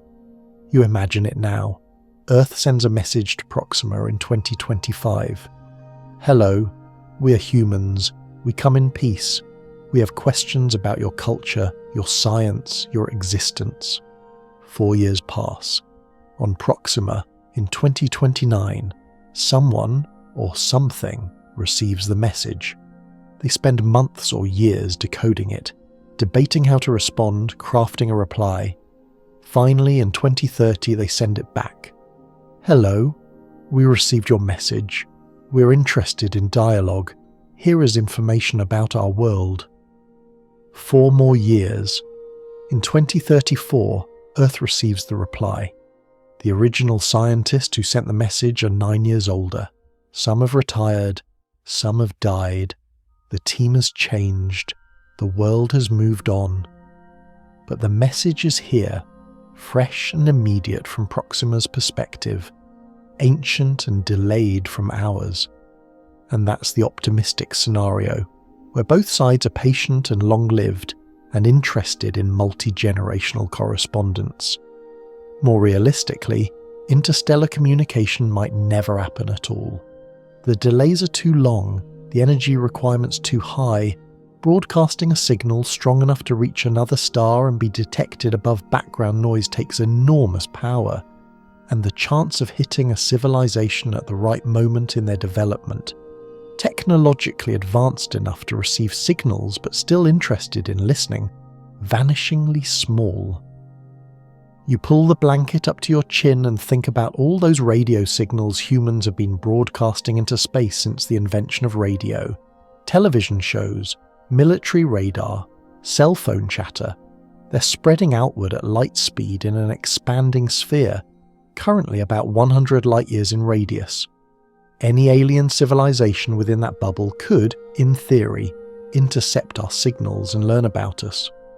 But by the time they decode I Love Lucy or Cold War radar pings, that information is decades old. They'd be watching Earth's mid-20th century, learning about a world that no longer exists, wondering if we're even still around, or if we've wiped ourselves out in the intervening years, and if they reply we won't know for another century. Communication across light years isn't conversation, it's archaeology, each side excavating the other's past, sending messages to a future they'll never witness, hoping someone, somewhere, is listening, even if the answer takes longer than a human lifetime to arrive. You've been treating the speed of light as an absolute, the cosmic speed limit, unbreakable, 186,282 miles per second, the end of the story. But now it's time to understand why nothing can go faster. It's not just a rule that the universe arbitrarily enforces, it's baked into the fabric of space-time itself, emerging from Einstein's special relativity, and the consequences are as strange as they are absolute. As you approach light speed, time, mass and energy start behaving in ways that defy everyday intuition, ultimately making faster than light travel not just impractical, but impossible for anything with mass. Start with time dilation. The faster you move through space, the slower you move through time, relative to an outside observer. If you're on a spacecraft accelerating to, say, 50% the speed of light, time aboard your ship ticks normally from your perspective. You eat meals, sleep, age at the usual rate. But to someone watching from Earth, your clock appears to run slow. The closer you get to light speed, the more pronounced the effect. At 90% light speed, time aboard your ship runs at about 44% the rate of Earth time. At 99%, it's down to about 14%. At 99.9%, less than 5%. And as you asymptotically approach 100% actual light speed, time dilation approaches infinity. From an outside perspective, your clock would effectively stop. This isn't science fiction or a trick of perception. Time dilation is real, measurable and experimentally confirmed. Particle accelerators routinely speed subatomic particles to 99.9999% of light speed, and those particles' internal clocks, measured via their decay rates, slow down exactly as relativity predicts. GPS satellites have to account for time dilation, both from their orbital speed and from being in a weaker gravitational field than Earth's surface, or their positioning data would drift by kilometers per day. Time genuinely flows at different rates depending on your motion and location in a gravitational field, and this effect becomes extreme as you approach light speed. Now add mass, or rather relativistic mass. As you accelerate, your mass effectively increases from the perspective of an outside observer. Not that you're gaining atoms, but that your kinetic energy contributes to your inertia, making you harder to accelerate further. The faster you go, the more energy it takes to push you even faster. At 90% light speed, your effective mass is about 2.3 times your rest mass.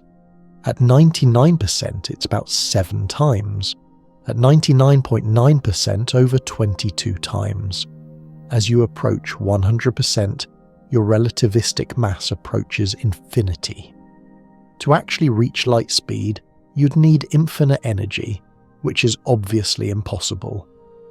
The universe has a finite amount of energy, so you'd run out long before hitting that final 0.0001% of light speed.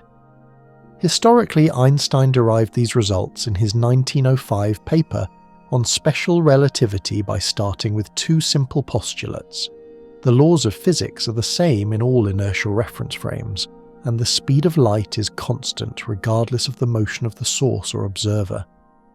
From those 2 assumptions, he showed that space and time aren't absolute but relative, that simultaneity is observer-dependent, and that mass, energy and momentum are interrelated via the famous equation E equals mc squared. The speed of light emerged not as an arbitrary limit but as a fundamental feature of space-time geometry, the speed at which massless particles, like photons, travel, and the maximum speed at which information can propagate. Here's a quirky detail. Photons themselves, which travel at light speed, experience no passage of time. From a photon's perspective, if it had one, it's emitted and absorbed instantaneously, with 0 elapsed time, even if it travels for billions of years from our perspective. This is because time dilation at light speed becomes infinite. A photon leaving the surface of a distant quasar 13 billion years ago and arriving at a telescope on Earth today, from its own frame of reference, experiences no duration. It sees the entire journey as instantaneous. Of course, photons don't have consciousness or reference frames in any meaningful sense, but the math checks out. Travel at light speed, and time stops. Astronomers still debate the implications of these relativistic effects for hypothetical interstellar travel. If you could accelerate a spacecraft to, say, 99.9% of light speed, the crew would experience time dilation. A journey to a star 100 light-years away would take just over 100 years from Earth's perspective, but the crew, aging more slowly, might experience only 4.5 years of subjective time. They'd arrive young while Earth aged a century. It's a built-in asymmetry. The travellers and the stay-at-homes would diverge in age, their timelines split by relativistic speed. You can't have a conversation or maintain a relationship across that kind of time gap. The traveller becomes a time traveller, hurtling into Earth's future while their own clock barely advances. But here's the brutal catch. Accelerating to 99.9% light speed requires staggering amounts of energy. Using conventional rocket fuel, you'd need more mass than exists in the observable universe. Even with perfect matter-antimatter annihilation, the most efficient energy source theoretically possible, you'd need a fuel mass many times your payload mass just to reach a fraction of light speed. And that's before accounting for the need to decelerate at the destination, which requires just as much energy. The rocket equation is merciless. Every bit of extra speed costs exponentially more fuel, and relativistic speeds are so far up the curve that they're functionally out of reach with any technology we can currently imagine. Some proposals involve external energy sources, laser sails pushed by ground-based or space-based lasers, for instance, which wouldn't need to carry fuel. But even those face enormous engineering challenges. keeping the laser focused over light years, preventing the sail from melting, surviving impacts with interstellar dust at relativistic speeds. A grain of sand hitting at 99% light speed carries the kinetic energy of a large bomb. Every solution to one problem reveals 3 more, and they all ultimately bump up against the same wall. The speed of light isn't just fast, it's the boundary of causality, the edge of what's physically possible for anything with mass. You lie there, feeling the weight of your own body, the ordinary non-relativistic mass pressing into the mattress, and you think about the sheer impossibility of ever moving fast enough to make the stars feel close. Even if you could somehow scrape together the energy, shield against radiation and dust, solve the engineering nightmares, you'd still be caught in time's trap. The faster you go, the more the universe outside ages, the more you become a ghost slipping through time, disconnected from everything you left behind. Light speed isn't a challenge to overcome. It's the universe's way of saying no, of keeping certain things forever out of reach, not out of cruelty but out of fundamental law, the same law that makes time flow and energy conserve and causality hold. You can't break it. You can only accept it, and in accepting it, understand just how vast and lonely the light years truly are. You've heard of the twin paradox, a thought experiment where one twin boards a spaceship and zooms off at near light speed while the other stays home on Earth. When the travelling twin returns, they've aged less than their sibling who stayed put. It sounds like a paradox because it seems like each twin should see the other as moving and therefore aging slower, creating a symmetry. But relativity resolves this. The twin who accelerates, travels, and decelerates to return home is the one who experiences less time. The stay-at-home twin ages normally. It's not a paradox at all. It's just a deeply strange consequence of time dilation and relative motion. Let's walk through it. Imagine twin A stays on Earth. Twin B boards a spacecraft and accelerates to, say, 90% the speed of light, travels to a star 10 light-years away, turns around, and comes back at the same speed. From Earth's perspective, the round trip takes a bit over 22 years, 10 years each way, plus some time for acceleration and deceleration. Twin A ages 22 years, greying hair, celebrating birthdays, living a normal life. But Twin B, moving at relativistic speed, experiences time dilation. At 90% light speed, time runs at about 44% the normal rate. So Twin B's subjective experience of the journey is only about 9.7 years. They age 9.7 years while their sibling ages 22. When Twin B steps off the spacecraft, they're over a decade younger than Twin A. Same genes, same birth date, but different ages now because they travel different paths through space-time. The key to resolving the apparent paradox is recognizing that the situation isn't symmetrical. Twin A remains in an inertial reference frame, floating through space at constant velocity, experiencing no acceleration. Twin B, on the other hand, has to accelerate to reach high speed, decelerate to turn around, and accelerate again to come back. That acceleration breaks the symmetry. In general relativity, acceleration is equivalent to experiencing a gravitational field, and gravitational fields affect the flow of time. The twin who accelerates is the one who deviates from inertial motion, and that deviation is what causes the age difference. It's not about who's moving. Motion is relative. It's about who accelerates. Historically, the twin paradox has been a source of confusion and debate since Einstein first proposed special relativity in 1905. Even some physicists initially struggled with it, thinking there must be a catch, or a mistake. But countless experiments have confirmed time dilation. Muons, subatomic particles created when cosmic rays hit the upper atmosphere, decay with a half-life of about 2.2 microseconds. At rest, they should barely make it a few hundred meters before decaying. But muons created in the upper atmosphere, travelling at relativistic speeds, live much longer from our perspective due to time dilation, allowing them to reach the ground. From the muon's perspective, if it had one, Earth is rushing up at near light speed and the atmosphere is length contracted so it doesn't have to travel as far. Either way you frame it, time dilation or length contraction, the result is the same. The muon survives longer than it should, exactly as relativity predicts. Here's a quirky detail. The twin paradox has a gravitational analogue. If one twin lives at sea level and the other lives on a mountaintop, the mountaintop twin will age faster because they are in a slightly weaker gravitational field. Time runs slower in stronger gravity. The effect is tiny. Over a human lifetime, we're talking nanoseconds, but it's measurable with atomic clocks.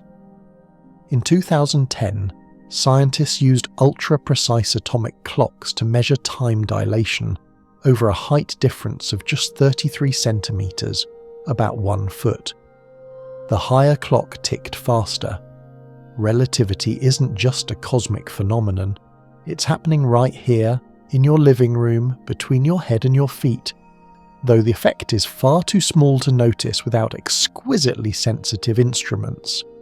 Astronomers still debate the practical implications of relativistic time dilation for future space travel. If humans ever build starships capable of relativistic speeds, the crews would become time travelers of a sort. They could visit distant stars and return to Earth having aged only a few years, but everyone they knew would be dead, society transformed, history rewritten. You could send explorers to Proxima Centauri at 99% light speed, and from their perspective the journey might take only 7 months each way. But on Earth, 8.5 years would pass. They'd come home to a world that had moved on without them, friends and family aged or gone, technology advanced, cultural references incomprehensible. It's a one-way ticket not through space but through time. Forward only, no return to the era you left. This creates moral and philosophical dilemmas. Would it be ethical to send astronauts on missions knowing they'd become displaced in time, severed from their own past? Would anyone volunteer for such missions knowing the cost? Some argue that by the time we have the technology for relativistic travel, we'll also have extended lifespans or digital consciousness, making the time dilation less tragic. Others suggest that future explorers would embrace the role of temporal nomads, hopping from star to star, accumulating only years of subjective time while centuries or millennia pass outside, becoming witnesses to deep history. You imagine Twin B stepping off the spacecraft, young and disoriented, looking at Twin A, grey-haired, wrinkled, surrounded by grandchildren who are older than B is. "You're late," A might say. "It's been 22 years. And B, who remembers boarding the ship what feels like last week, replies, "For you maybe. For me, it's barely been 9. The disconnect is total. They've lived the same amount of subjective time since birth, but one path took them through 22 Earth years, while the other compressed the journey into less than 10. They're twins in biology, but strangers in experience, their shared timeline fractured by speed and space-time geometry. The twin paradox isn't really a paradox, it's a demonstration, a proof that time isn't a universal constant ticking uniformly everywhere, but a flexible dimension woven into space-time, bending and stretching based on motion and gravity. It's the universe showing you that your intuitions, honed by a lifetime of moving slowly through weak gravitational fields, are incomplete. Time is negotiable. Clocks can disagree. Twins can age at different rates. And if you ever want to see the future of Earth, all you need is a very fast spaceship and the willingness to say goodbye to everyone you know, because once you start moving at relativistic speeds, you're not just travelling through space, you're travelling through time, forward, always forward, leaving the present behind and arriving in a tomorrow that came too fast for you but agonizingly slow for everyone watching you go. You've accepted that light speed is the ultimate barrier, that relativity makes faster-than-light travel impossible for anything with mass. The universe seems to have said its final word. Interstellar distances are unbridgeable. The stars are locked away behind light years of separation, and humanity is confined to crawling through space at sublight speeds that turn even the nearest stars into multi-generational journeys. But, and there's always a but when physicists get creative, what if there are loopholes? Not breaking the light speed limit directly, but finding ways to bend space-time itself, to sidestep the rule without violating it.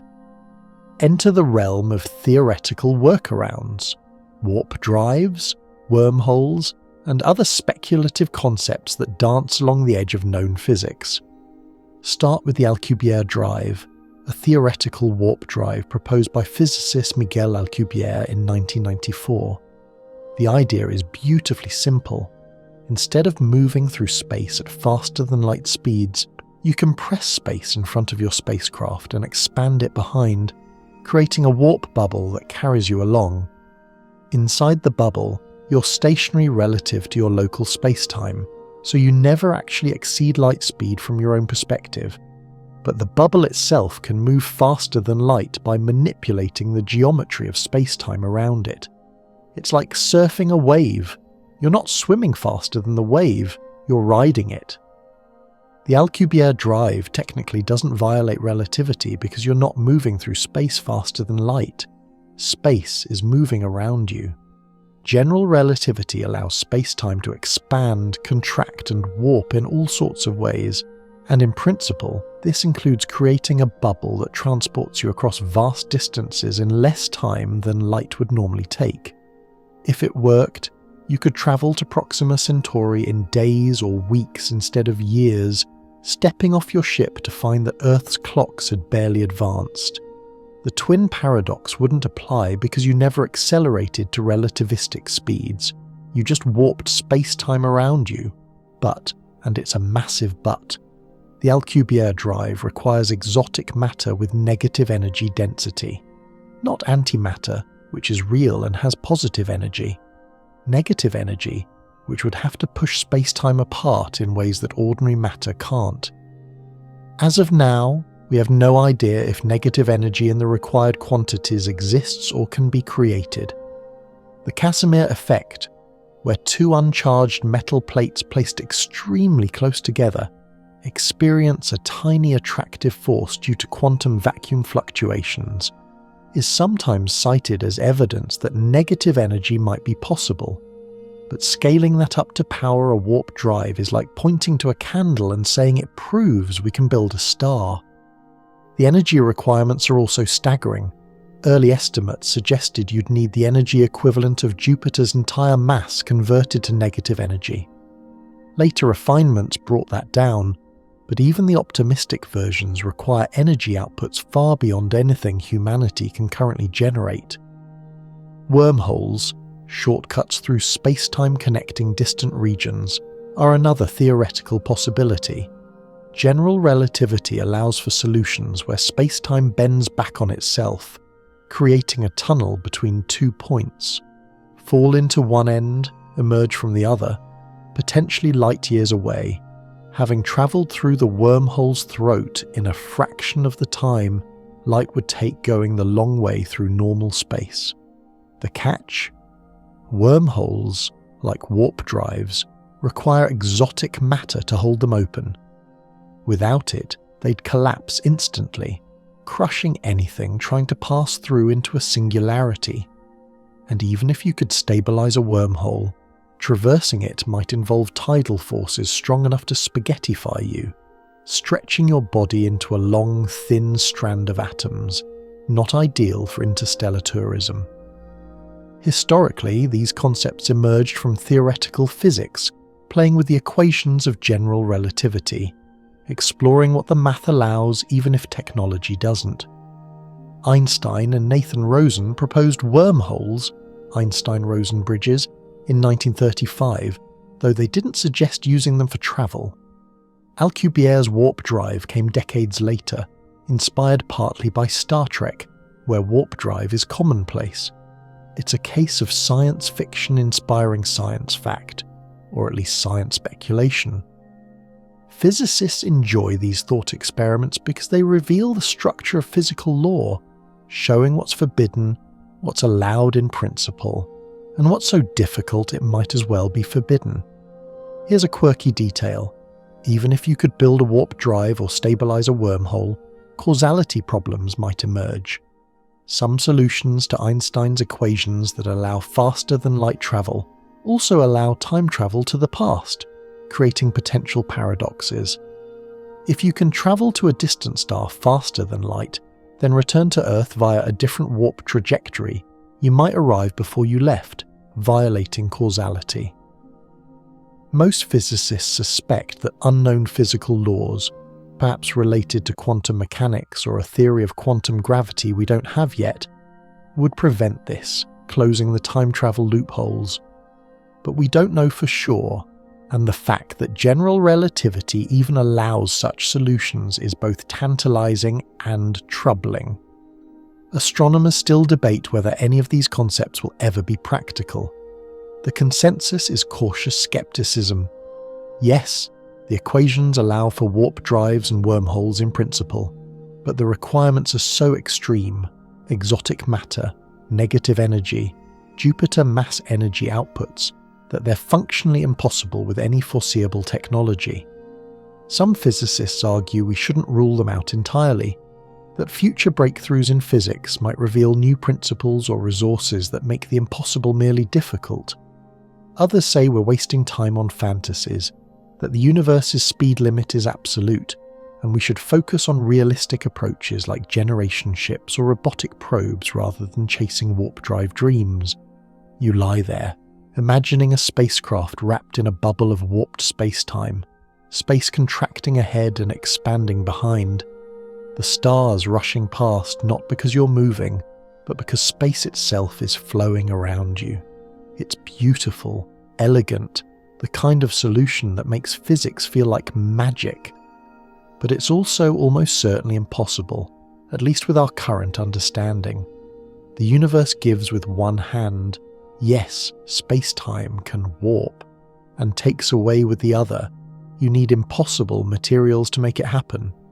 It's a tease, a loophole that exists on paper but not in reality, leaving humanity stuck on the slow side of the cosmic speed limit, watching the stars from a distance we can measure but not cross, dreaming of shortcuts that might never open, resigned to the patience of light-speed travel and the loneliness of light years stretching unbroken between here and anywhere else. You've explored the physics, the distances, the time dilation, the theoretical workarounds. Now it's time to sit with the emotional weight of it all, the isolation that light years impose on any civilization trying to reach beyond its home star. This isn't just a technical problem or a physics puzzle, it's existential. The distances are so vast, the speeds required so impossible, the communication lag so long, that even if other civilizations exist out there, and statistically they almost certainly do, we may never meet them, never speak to them, never know they're there. The universe has given us a galaxy filled with hundreds of billions of stars, and then locked us into solitary confinement by the sheer scale of space. Consider the Fermi paradox.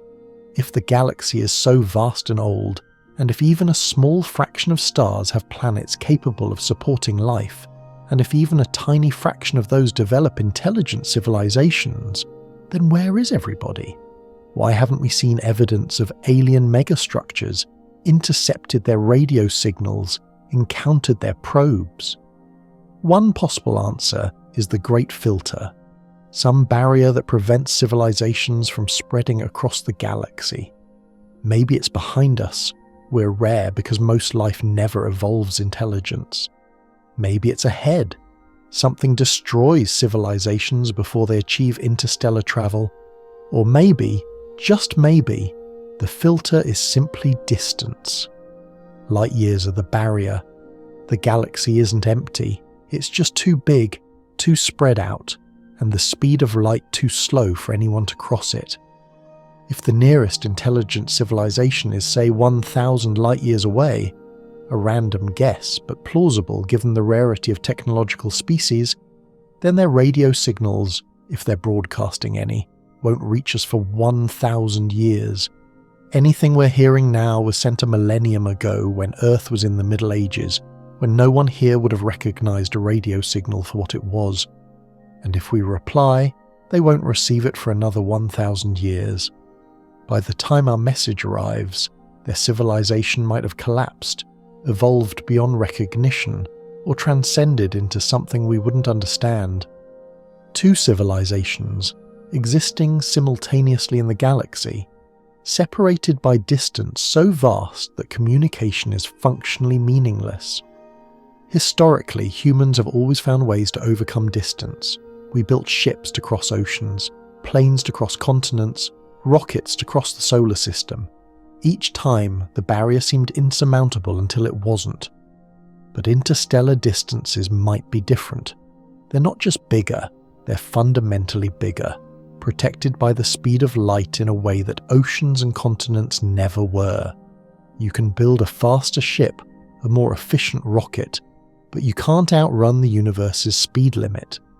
Light years don't just separate places, they separate eras, turning every distant star into a time capsule and every potential neighbour into a ghost from the past or future, never the present. Here's a quirky detail. Some scientists have proposed that advanced civilizations might intentionally avoid contact, not out of hostility but out of practicality. If communication takes centuries or millennia per exchange, what's the point? You'd be shouting into a void, hoping someone hears you generations later, knowing you'll never witness their reply. It's like writing a letter to someone on the other side of the world and knowing it'll take 1,000 years to arrive and another 1,000 for a response. Would you bother? Or would you focus on your local neighbourhood, building and exploring within the light-year bubble you can actually reach, accepting that the rest of the galaxy is forever out of touch? Astronomers still debate the psychological impact of this isolation. If humanity someday confirms that we're alone, not because life doesn't exist, but because everyone else is too far away to matter, how do we process that? Does it make the universe feel emptier, lonelier? Or does it give us permission to stop looking outward and start focusing inward on making our own corner of the galaxy as beautiful and meaningful as possible? Some argue that the isolation is liberating. We're free to make our own mistakes, forge our own path, without interference or judgment from distant civilizations. Others find it tragic. We're castaways on a tiny island in an infinite ocean, surrounded by other islands we can see but never reach, each one isolated by currents too strong to swim. There's also the possibility that we're looking at the problem wrong. Maybe interstellar civilizations don't travel or communicate the way we imagine. Maybe they upload themselves into digital substrates, living in simulated worlds where distance doesn't matter. Maybe they send out von Neumann probes, self-replicating machines that slowly spread across the galaxy, taking millions of years but requiring no living passengers. Maybe they've transcended physicality entirely, existing as patterns of energy or information that we wouldn't recognize as life. Or maybe they're just patient, operating on timescales so long that a 10,000-year journey is a casual errand, the way we think of a cross-country road trip. You imagine two civilizations each looking up at their respective night skies, seeing the same stars, knowing the other is out there somewhere but unable to reach them. They send messages, optimistic at first, then resigned, then eventually silent. Generations pass. Technologies rise and fall, stars are born and die, and the light years remain, unchanging, indifferent, a mote of space and time that no bridge can cross. It's the ultimate loneliness, knowing you're not alone in the universe, but being so thoroughly separated that it might as well be the same thing. And yet, there's a strange beauty in it. The isolation enforced by light years means that every civilization, every species, Every spark of consciousness in the galaxy gets to unfold on its own terms, without conquest or interference, free to succeed or fail based on its own choices. The universe is vast enough that everyone gets their own stage, their own story, their own quiet corner to exist in. We're alone, but so is everyone else. And maybe that's not a curse, but a kind of cosmic courtesy. The universe giving every species the space, literal, vast, unbridgeable space, to figure out who they are without anyone else watching. You close your eyes, feeling small and isolated and strangely okay with it. The stars are out there, distant and unreachable, and maybe that's how it's supposed to be. Light years aren't just distances, they're boundaries, protection, the universe's way of saying, you don't need to meet everyone, you don't need to cross every gap, you don't need to conquer the galaxy. Just exist here, in this moment, on this world, under this sky, knowing that somewhere light years away, someone else might be doing the same thing, looking up, wondering, feeling the same beautiful, aching loneliness, and finding comfort in the fact that even though you'll never meet, you're both part of the same vast, impossible, breathtaking cosmos. You've travelled a long way tonight, through light years, time dilation, redshift, communication lags, and the strange, haunting isolation that distance imposes on anything that dares to look up at the stars. You've confronted numbers so large they dissolve into abstraction, speeds so fast they warp time itself, and barriers so fundamental they might never be overcome. The universe has shown you its scale, and in doing so reminded you just how small you are, how brief your existence, how impossibly far away everything else is, and yet somehow that doesn't feel crushing. It feels right. Humbling, yes, but also grounding. A reminder that you're part of something vast and ancient, even if you'll never touch most of it. Light years are the universe's way of teaching patience. Not the impatient, fidgeting kind, waiting for a bus or a download to finish, but deep, cosmic patience. The kind that accepts that some journeys take lifetimes, that some questions won't be answered in your lifetime, that some distances are meant to remain uncrossed. The photon that left a distant star 1,000,000 years ago and lands on your retina tonight didn't rush. It just travelled steadily, at the only speed it knows, across a gulf so wide that entire species could rise and fall in the time it took to complete the trip, and you, lying here, catching that ancient light with your eyes, are the endpoint of a journey you didn't ask for and can barely comprehend. There's a comfort in that, in knowing that the universe doesn't bend to your will, that the stars won't come closer just because you wish they would, that the speed of light is absolute and unchanging, and utterly indifferent to your hopes or fears. It means you can stop trying to conquer the cosmos and just exist in it, quietly, observing, appreciating the fact that you're here at all, on a planet orbiting a star that's just one of hundreds of billions, in a galaxy that's just one of trillions, all of it spread across distances so vast that light itself takes eons to cross them. And maybe that's the real lesson of light years. Not that the universe is unreachable, but that reaching isn't the point. You don't have to visit every star to appreciate them. You don't have to decode every galaxy to feel wonder. You don't have to solve the Hubble tension or build a warp drive or send a message to Proxima Centauri to be part of this cosmic story. You're already part of it. Just by being here, looking up, asking questions, feeling that ache of curiosity mixed with awe, you're participating in the universe's slow, patient unfolding. You're a brief spark of consciousness in an ocean of space and time, and that's enough. More than enough. It's everything.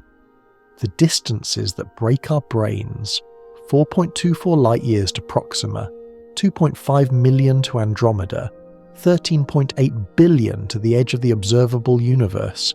They're not obstacles. They're invitations to think bigger, to feel smaller, to accept that you'll never fully understand but can still deeply appreciate. They're reminders that the cosmos doesn't owe you easy answers or convenient shortcuts. That mystery and distance and isolation are woven into the very fabric of existence, and that's what makes it beautiful. You breathe slowly now, feeling the rise and fall of your chest, the warmth of the blanket, the soft hum of the world around you. Outside, the stars are still there, ancient and patient, their light crossing the void whether you notice or not. Some of that light left its source before you were born. Some left before your parents, your grandparents, your entire lineage existed. Some left before humans walked upright, before life crawled onto land, before Earth even formed. And it's arriving now, tonight, in this moment, because the universe is generous like that. It gives you glimpses of deep time, of vast space, of light years stretched across the dark, all delivered to your eyes for free, no effort required on your part except to look up and pay attention. And so you do. You look up in your mind's eye, and you see the Milky Way stretched across the sky, a river of stars so distant that their combined light becomes a soft glow, individual points blurring into a haze of possibility. You see Andromeda, a spiral of 1 trillion suns forever frozen 2.5 million years in the past.